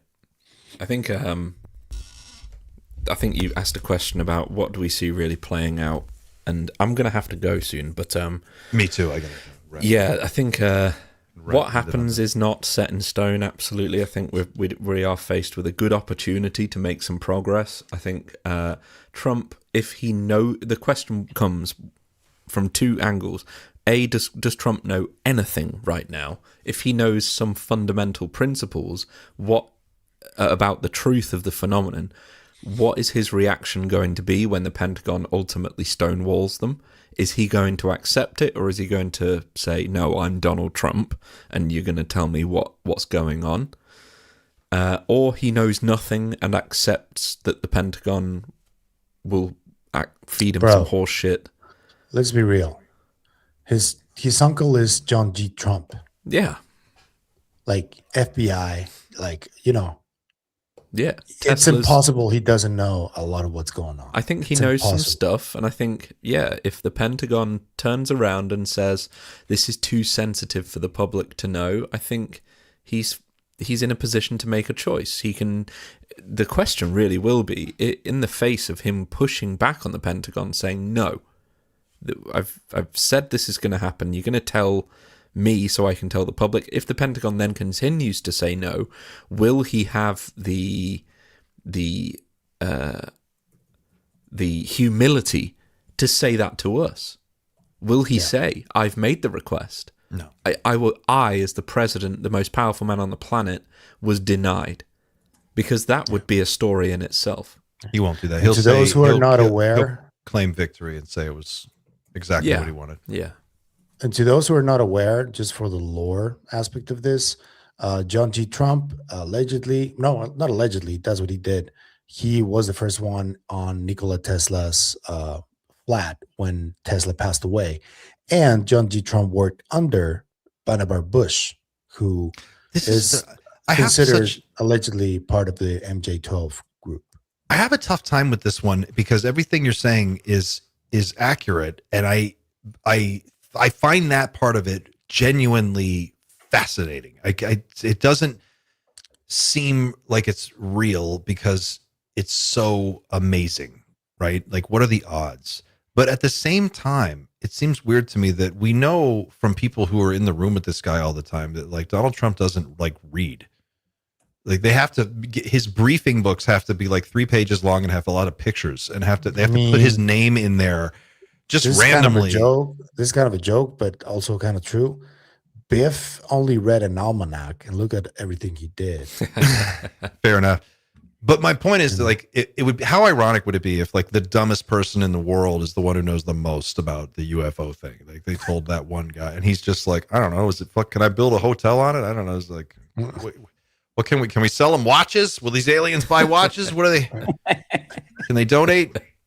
I just want, okay. So someone in the chat asked for this, and they had a question, and I want to show this before we wrap here. Let me see if I can pull this up here. I'll have to open it in another tab here. And this is I'm making a joke, but I'm speaking to the disclosure people as well. So the question in the chat was, Trump is retro 1236 says Trump is obviously a fascist, narcissist, and possibly demented liar. Could any of you still trust his word if he decides to come out clean and tell us about everything he knows? I don't think so. What an idiot. What an idiot. I'm joking, Retro. I'm joking. I don't think so. I mean, this guy, when someone shows you who they are, believe them. How many fucking years have we been looking at who this guy is? He's shown us exactly who he is. He's full of shit. He's a shit talker. He's a dumbass. He is a fucking tin pot dictator. He's not a very intelligent person. Everyone has to blow smoke up his ass all fucking day long. These cabinet meetings that you see where everyone's just constantly showering him with adoration. Like, this is a weak-minded person who has no intention of being honest with people. So whatever he does is going to be done for political gain. And I think he's focused in war right now. Like, he's going to war with Iran. He doesn't give a shit about UFOs. If you ask me, like, he just did it because Obama did it first. That's it, in my opinion. And I want to point out, this is the same guy who he fucking has his own goddamn wristwatch brand. Watch this. This is 30 seconds. Can you have audio on this? No, I can't hear anything. I gotta make it into a Chrome tab. Here you go. This is crazy that this is real. Here we go.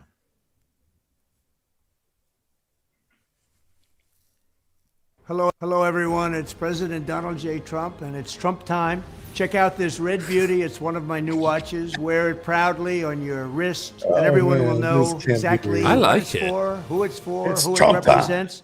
It's really going to be something special. It's for your favorite president. Get your watch today at gettrumpwatches.com. These make a great gift. It's Trump time. That also tagline, bro. I want to point out something he says. Listen to the phrasing he uses in here. Wear it proudly on your wrist, and everyone will know exactly what it's for, who it represents. Everyone will know who it's for, what it's for, and what it represents. What kind of fucking weird coded language is that? This is how we'll recognize each other before the coup d'etat kicks off. We'll all have our red watches, and we'll know. I can trust you. You're in. You're in. Maybe on the back of it, you take the watch off, and there's a little iodine pouch on the underside that protects you from the bombs dropping. No, it's a folded up playing card from Chris Ramsey. Gotcha. with your phone code on it. He does this. He opens my phone and then he's like, he gives me my phone back and I'm completely gobsmacked and it's like late and I'm like, he goes, and he just looks at me and I'm like, I don't know what to say. Like, I don't know what just happened. And he goes, now think of a word with 6 letters. Think of a 6-letter word. And I was like, okay. And I'm trying to think of, and I'm also trying to throw Chris off a little bit because I didn't want to like give him what he wanted. So I was like looking to the other guys. I'm like, one of you think of a word. Like, let me get a word from someone else around here. And it was Dan. And he said spider. Is that what it was? I think it was spider. Yeah, it was spider, yeah. And then Chris goes, on your phone, go to my Twitter profile. He said type in spider first as your passcode. Right. I think it was. And then it's like somehow the website he went to is like, why does everyone say spider? Like he knew what he was going to say. It was his own Instagram. His own Instagram. That's what it was. And I went on his Instagram to check as well. But you were trying to open Ramsey's phone at that point. No, I didn't have. I never had Chris's phone. I only had my phone. So this is the whole part of the conversation he was having with you about replacing your memories. So I guarantee you, in that trick, you had Ramsey's phone and you were trying to unlock it. You do not remember this, do you? Did he put his phone in my case? It was my case. No. So that was 2 different tricks. You're getting...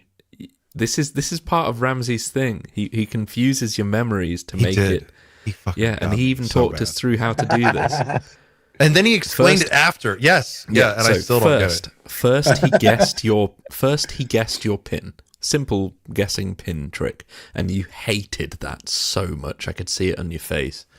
And then, I didn't hate it. I was just like, how I couldn't, because I don't use my pin to log. I use my face to go. I'm like, how you would have had to like see me do it at least once I guess you could reason your way down to a 4-digit or whatever passcode, but like, I don't know. It just seemed second trick, he gave you his phone and asked you to unlock his phone. You tried and failed twice. He asked you for a 6-letter word, and Dan gave you the word spider. Chris told you to type it in. You typed it in, the phone unlocked, and then he asked Dan to go on Instagram and to go to Chris Ramsey's profile. And on Chris Ramsey's profile, it said as the headline, "Why does everybody always say spider?" Because the other word was orange. What are the odds? It was a cool trick. What are the fucking odds? Yeah, I know. It's still. And I checked on my phone; it was the same as well. Like, yeah, the card cool thing he did with Jeremy was like the one that was cool. Really that shocked me. All right, we got to wrap it up there, guys. It's past 4:00. We've gone past the limit here. Hey guys, in the chat, thanks for watching. It's so great to come hang out with you every week and do this and decompress and relax with you guys and talk about the doomiest of doomy subjects. I'm really grateful that we have the opportunity to do this every single week. So with that in mind, please don't forget to like and share this video. Leave us a comment. Let us know what you think about the stuff that we talked about today. There's a lot going on in the world. It can get pretty scary out there, a little intense from time to time. Remember to take a break, put your phone down, go for a walk outside, get some sunshine, do something with your friends and family. Try to spend some time with people, animals, nature, living things. Relax, live a little. You've earned it. And we'll be back again next week to talk about all this stuff and more. If you are interested in going to Contact in the Desert, you can use the discount code NightShift5 for a discount on your ticket to Contact in the Desert. We will be there, the Night Shift away team, and we're very excited to be there this year. And if you want to support this channel, you can do it by subscribing, or you can become a member, or you can go to Patreon and support us there. So that's it, guys. Thanks for watching. Take care of yourselves and each other. Keep looking up. We'll see you next week.